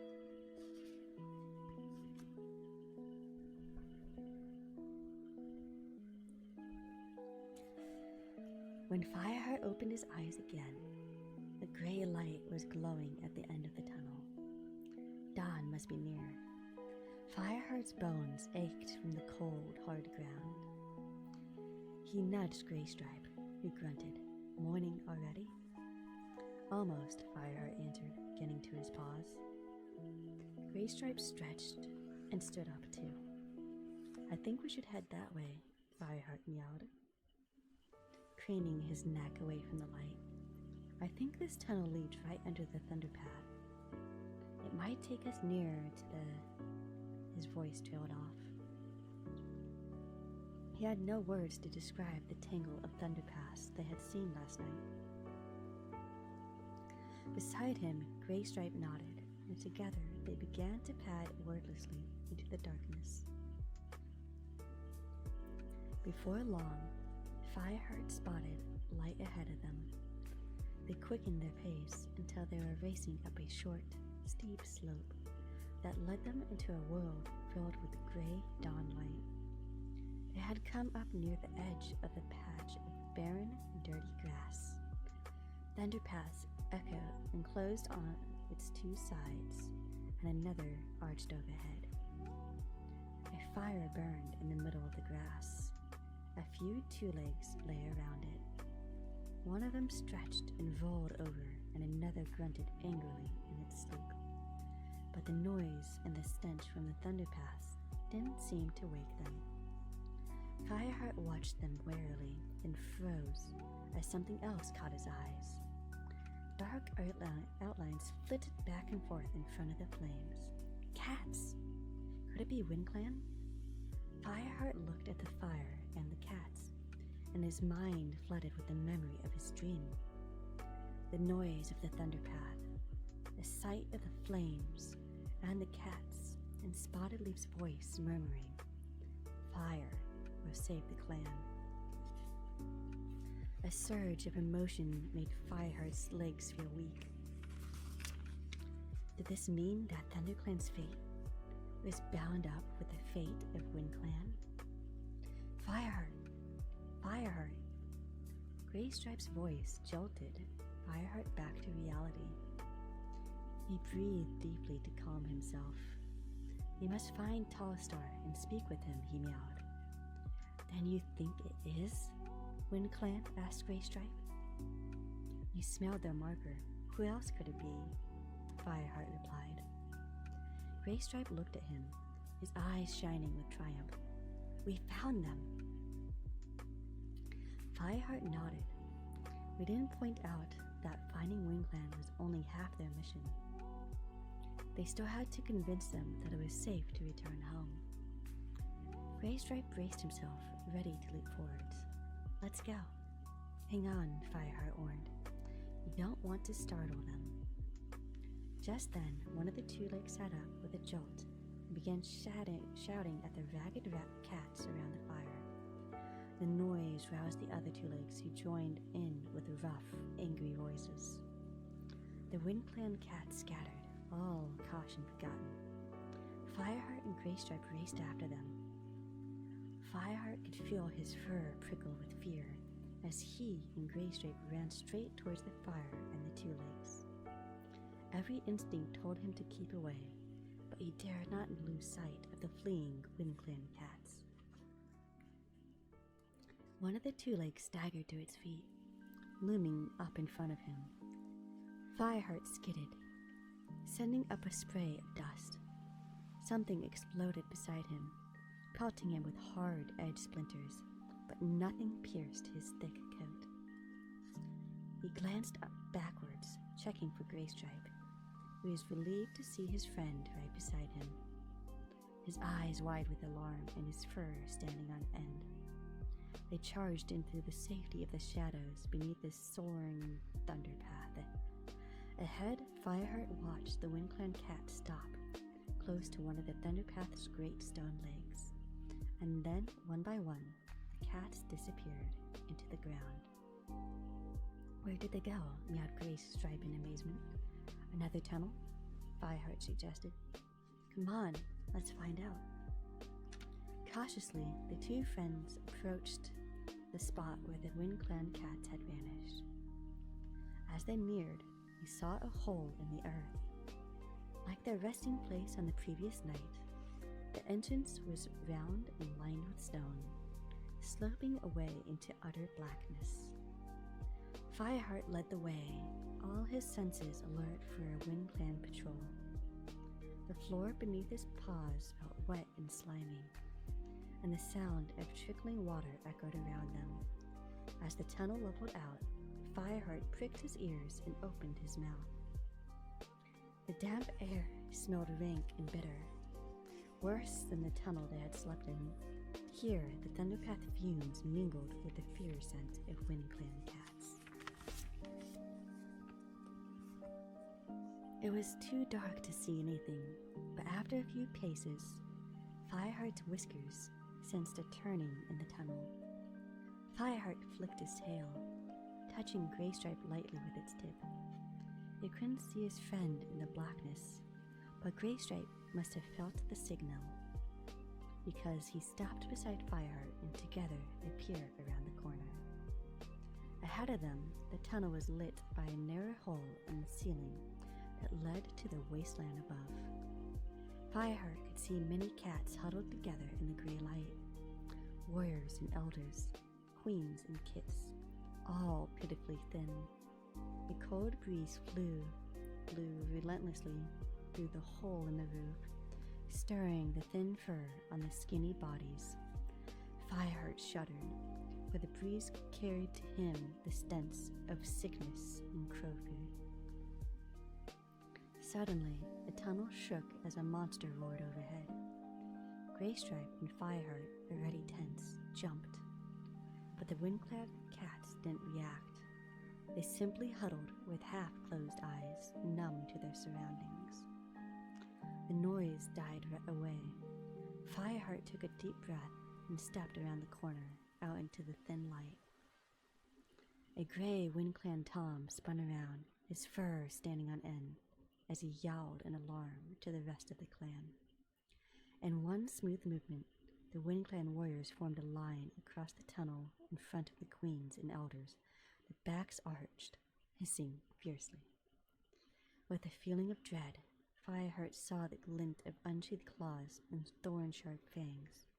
These half-starved cats were about to attack.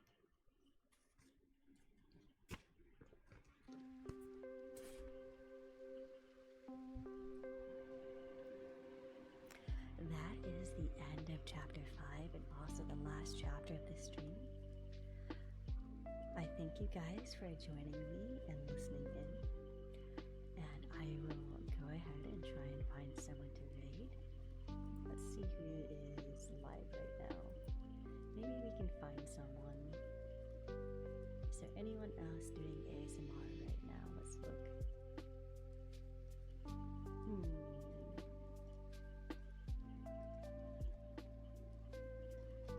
There's only one person on my list doing it right now, so I guess I'm going to go ahead and raid them.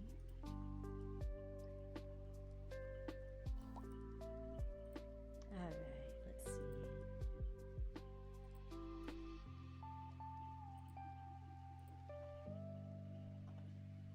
Alright. Again, thank you guys for showing up, and the next 5 chapters of Book 2 of Fire and Ice from Warriors, the Cat series, will be next Friday. So I hope to see you guys there. But other than that, I'll see you guys later. Abisuki out.